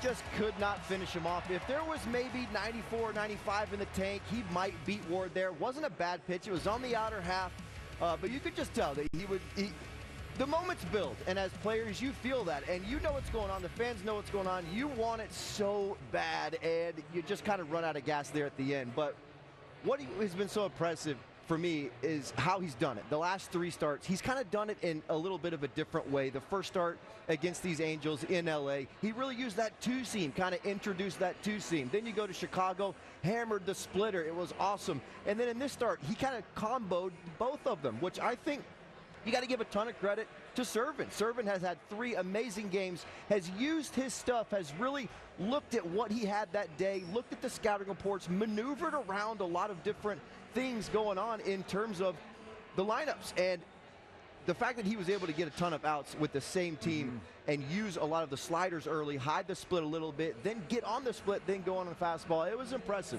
Serven did a great job. He deserves a lot of credit, too, in these games. Dave Stieb, I believe, reached the 9th inning with a no-hitter 4 times, and so if Bowden's feeling a little low, he's got a guy out in California he can always call. What a day it was here at the Rogers Center. On the call today, Dan Shulman and Joe Siddall. Gentlemen. And Jamie and Caleb, I think the first time a Blue Jay starting pitcher even took a no-hit bid into the 9th inning since Brandon Morrow did it in 2010, so a long time ago. Congrats again to Bowen Francis. And you could always see potential, you know, the size, the curveball look good. He's not using it as much anymore because the 2-seamer and the splitter have really come along. He's changed, and boy, the results have changed along with it. He has changed. He's evolving as a pitcher, as we see pitchers do throughout the course of their careers. And in his late 20s, his curveball was such a good pitch for him last year. It was not this year. So he's evolving. He's changing what he is doing. The splitter is something he was experimenting with. It's new this year, and now it's turned out to be his #1 weapon. He'll still flip in that curveball on occasion, usually to a left-handed batter. We saw a few sliders, but it's the 4-seam fastball at the top of the zone, the splitter down. But the splitter is a different splitter for me. It's not that put-away, nasty type splitter that you're going to necessarily strike people out with. It almost acts like a changeup oftentimes because it stays in the zone, and I think that's the combination of the 4-seamer and that splitter today. Had Angels hitters off balance all afternoon. They're looking for the 4-seamer. They get what looked like a changeup / split.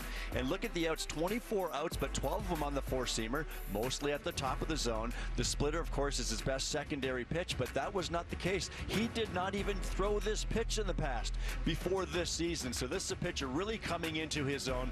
We saw him in his last start against the Angels out in LA when he broke out the sinker. Maybe another weapon to help him run in on the hands of righties with his other stuff. But now the splitter to righties and lefties. He's becoming a 2-pitch pitcher, and you mix in the other stuff. You know another guy that does that?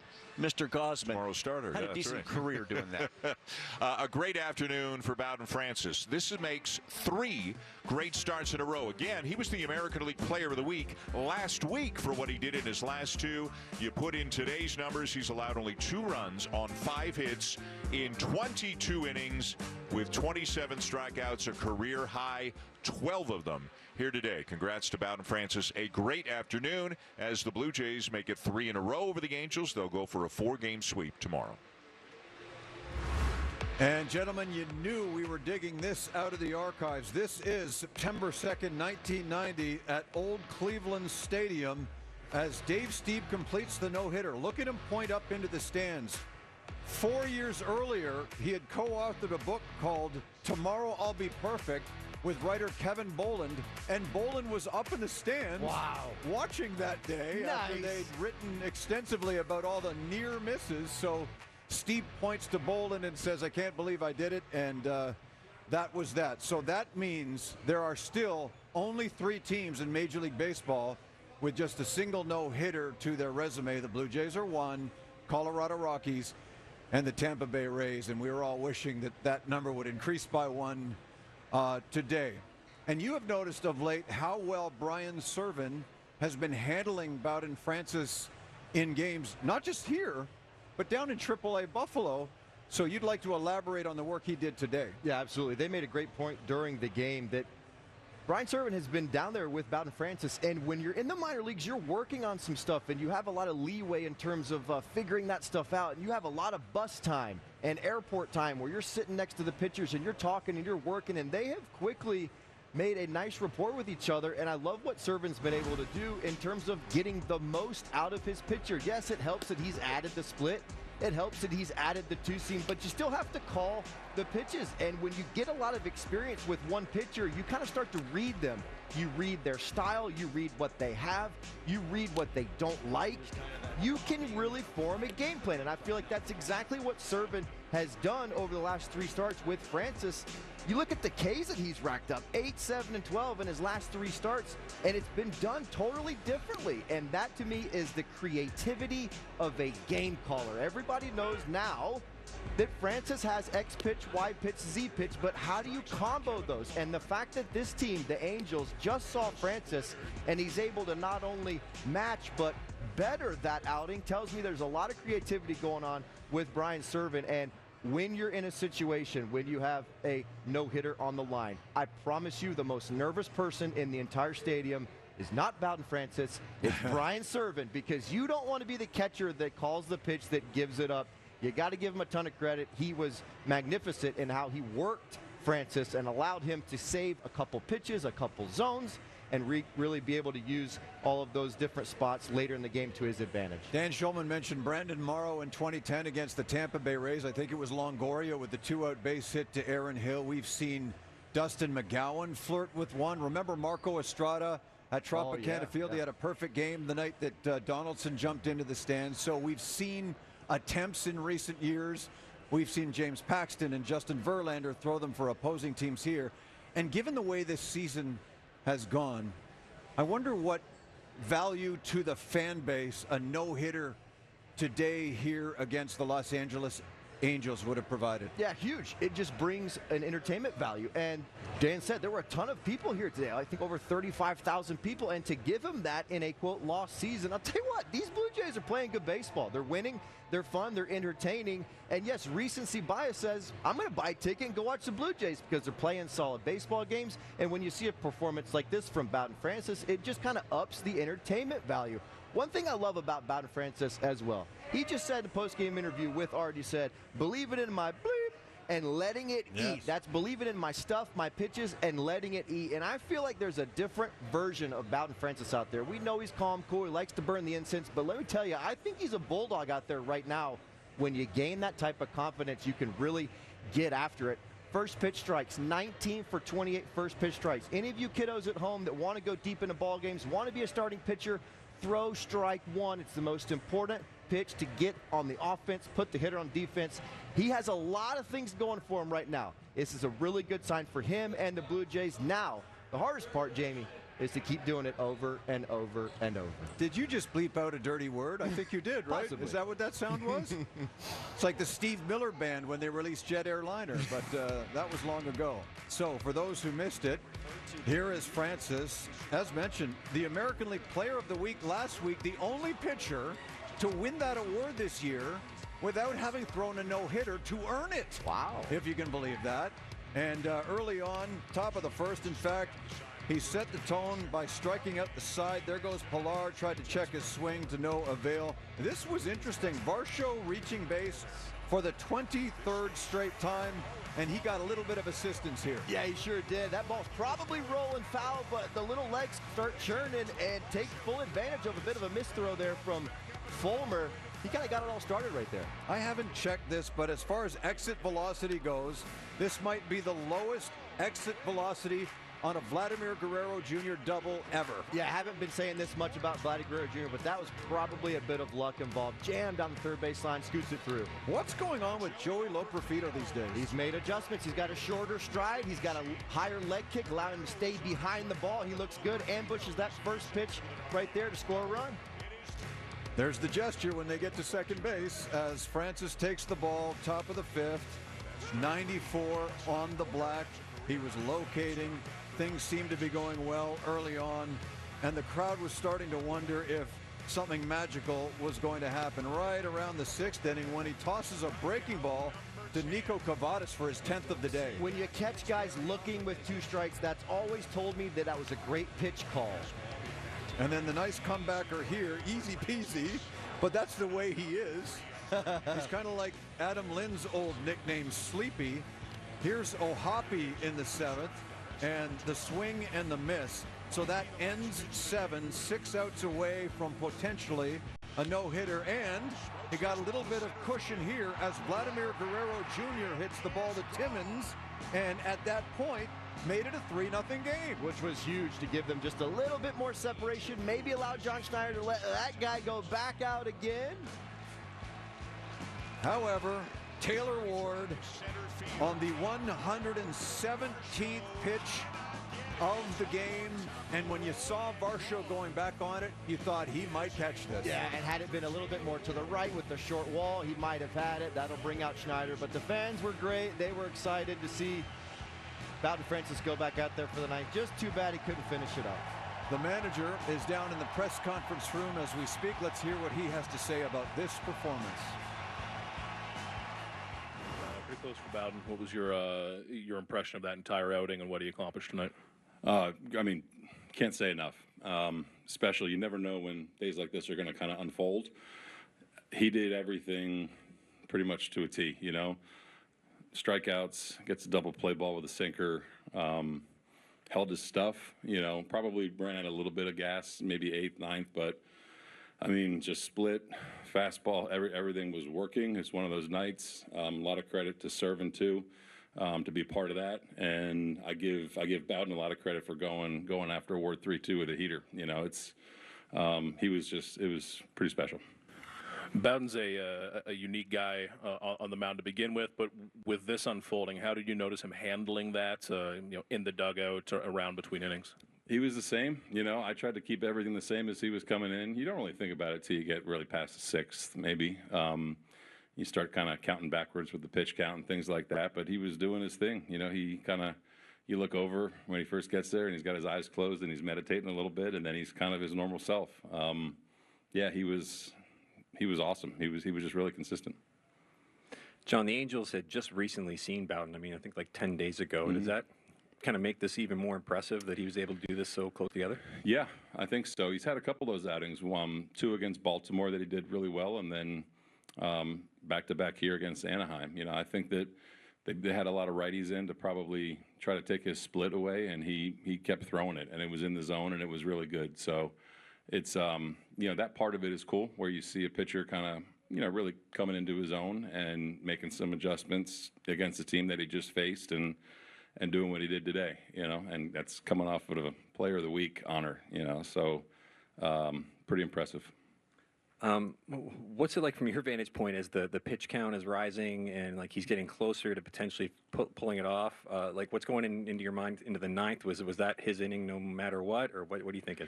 Yeah, I think there's certain times over people's careers where you just never know, Bowden's battled for a lot of years and has gotten to this point, so I didn't want to take anything away from him. And, Pete and I were on the same page, and without really saying it, those conversations get pretty funny when you get past the 7th, but that was his, it was his until he gave up a hit, and yeah, that was basically it.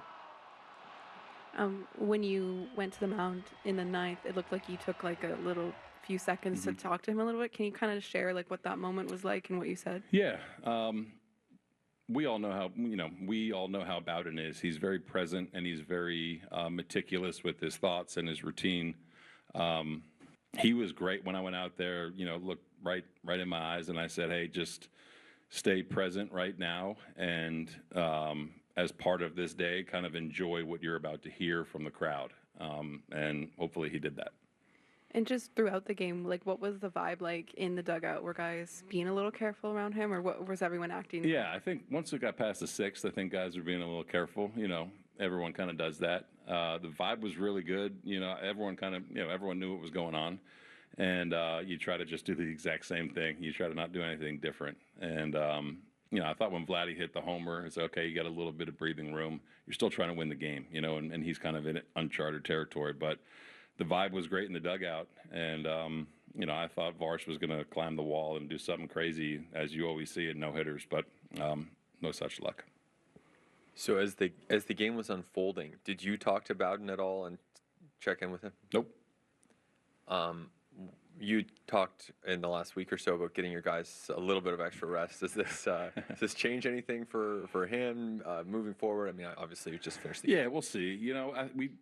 we do a really good job, I think, of just tracking and monitoring guys every start, and we'll talk about it kind of collectively as a group and do what we think is best and get some feedback from Bowden and how he's feeling, but hopefully not. I think Bowden's in a little bit of a different category to where we kind of want to see him go a little bit. He's a little bit older. He takes really good care of himself. He's physically strong, and just kind of see how the next couple of days unfold and go from there. A little factoid for you that I find quite interesting, because everything in baseball seems to come down to similarities, and thanks to Len Lumbers on Twitter for alerting me to this, but it was 39 years ago today, August 24th, 1985, when Dave Steeb's first flirtation into the ninth inning with a no-hitter took place at Old Comiskey Park in Chicago, and it was oddly a leadoff home run in the ninth by the other team, in this case the White Sox, and Rudy Law, who was not a home run hitter, who broke up the no-hitter 39 years ago today. So that is fascinating. We all wish, and there are still people gathered outside the set here, that we'd witnessed a no-hitter today. But you want to tip your cap to the man we just heard from, because even after 7, you and I are sitting here saying, worried, does he come out for the 8th? I was worried. I'll be honest with you. I was worried that just because of his uncharted territory that you just heard John Schneider talk about, that they might or might not send him back out. And I want to take this opportunity to thank John Schneider and the Toronto Blue Jays analytics department for letting him go back out there. Yes, there's been some questionable decisions over the past few years when it comes to starting pitchers, when they come out, et cetera, but I'm so thankful that the fans got to enjoy that moment, that we as broadcasters got to enjoy that moment, that he got to try for that moment. When you have a player that is trying to go for something super special, I love the fact that they gave him the ability to go try. And so hats off to you, John Schneider. Hats off to you, Toronto Blue Jays department, for giving him the opportunity. I thought it was so cool, because I can guarantee you I can list off about 5 to 7 teams that under no circumstances would have allowed that to happen. So great job, Blue Jays. Great job indeed. Let us hear once more from Bowen Francis, who just a few minutes ago was greeted by the assembly of media in the clubhouse. Just keep telling myself to keep driving the ball, keep attacking, don't ever let up. I go through like manifestations. I just try to tell myself that it's a 0-0 ball game. Don't ever get in your heels. Keep attacking. And then when you're walking off the mound and the fans are cheering for you, gave a little tip of the cowboy, that was huge. I mean, I haven't felt that yet. That just shows the crowd of Toronto and the fans here. It's incredible, and I don't know. I felt love. How did you feel physically as the game progressed? It was obviously a lot of pitches. Yeah, it was good. I mean, I think I kept like a second wind in like the 7th-ish, 8th, and yeah, I still felt pretty good. I don't know, that last hitter just I don't know what happened, but it's all part of what's going on. Everything happens for a reason, and it's just part of it. In your mind, Schneider said he was going to let you go until you allowed a hitter, a good hitter. In your mind, did you have like a pitch count like in your head as far as kind of a threshold as far as how far physically you would move? Not really. I was just hoping they let me ride and see what happens. I feel like my body's prepared for a lot, and I think I was ready to go however far we needed to go. I don't know. It's all kind of in the moment type of thing. I know it's kind of like an emotional decision. It's kind of ride with the wave and see how the game's going, and I know in those situations you just gotta kind of go a little farther than you think about, I guess. Can you describe kind of the mix of emotions? Obviously, you see the ball go over the wall, you're disappointed, but after that, do you feel a sense of accomplishment getting so close? Like, what's the mix of emotions you're feeling now? Yeah, I guess like the human nature is to grab on the negative. I'm just keep thinking about that last pitch, but yeah, I mean, I wasn't scared at all. I was just trying to attack, and it was just one of those things. I felt like that didn't go my way, but I felt like I was in attack mode, and he put a good swing on it. I don't know. You said you got that second wind. Were you, in spite of that, were you sort of certain that you would be allowed to keep going, or did you wonder whether they might come to you and say, we're going to take you out here? Part of me was like, there's no way. And then part of me was like, I haven't been this far ever.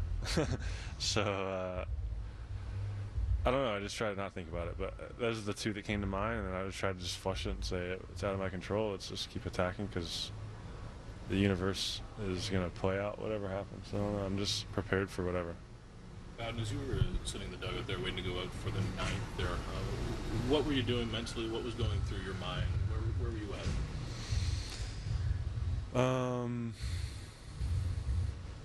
Again, like I was like, just keep running affirmations through my mind, like don't ever let up, keep driving the ball, trust your defense. Like I think Serve called an amazing game, and I kept saying like trust Serve, trust what you're throwing, have conviction every pitch. I just kept kind of driving things in my mind to bring positivity because, like I said, our mind is always grabbing onto negative stuff, so I'm always trying to fill it with positive. You're coming off a stretch of a few other good starts before this as well. Like as a starter, do you feel momentum? Is that a real thing that you can take start to start? Yeah, I think momentum's real. It's almost yeah, I feel like you can kind of build on each outing, confidence-wise, physically, mentally. I feel like I'm in a good spot. I'm in a groove, but with that being said, I think I gotta like stay on my toes. Like I said, don't ever step back and like think I have this figured out because this game will humble you quick. So I think just be grateful for the outing, be grateful for everyone around me, and then get ready in 5 days.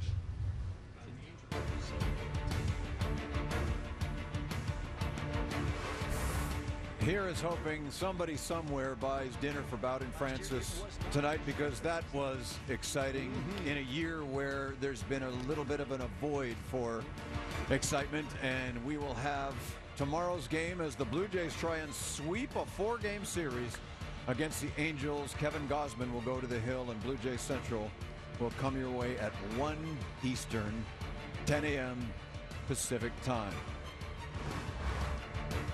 Here is what's coming up as in about an hour and 10 minutes from now, the Phillies take on the Royals. If Kansas City wins that game and Cleveland loses to Texas, they'll be a tie atop first place in the American League Central, and it's UFC night on 360 beginning at 8 Eastern, 5 Pacific. We almost saw a no-hitter here today at the Rogers Center. Still, the Blue Jays beat the Angels. We thank you for watching, and we'll look forward to seeing you again tomorrow.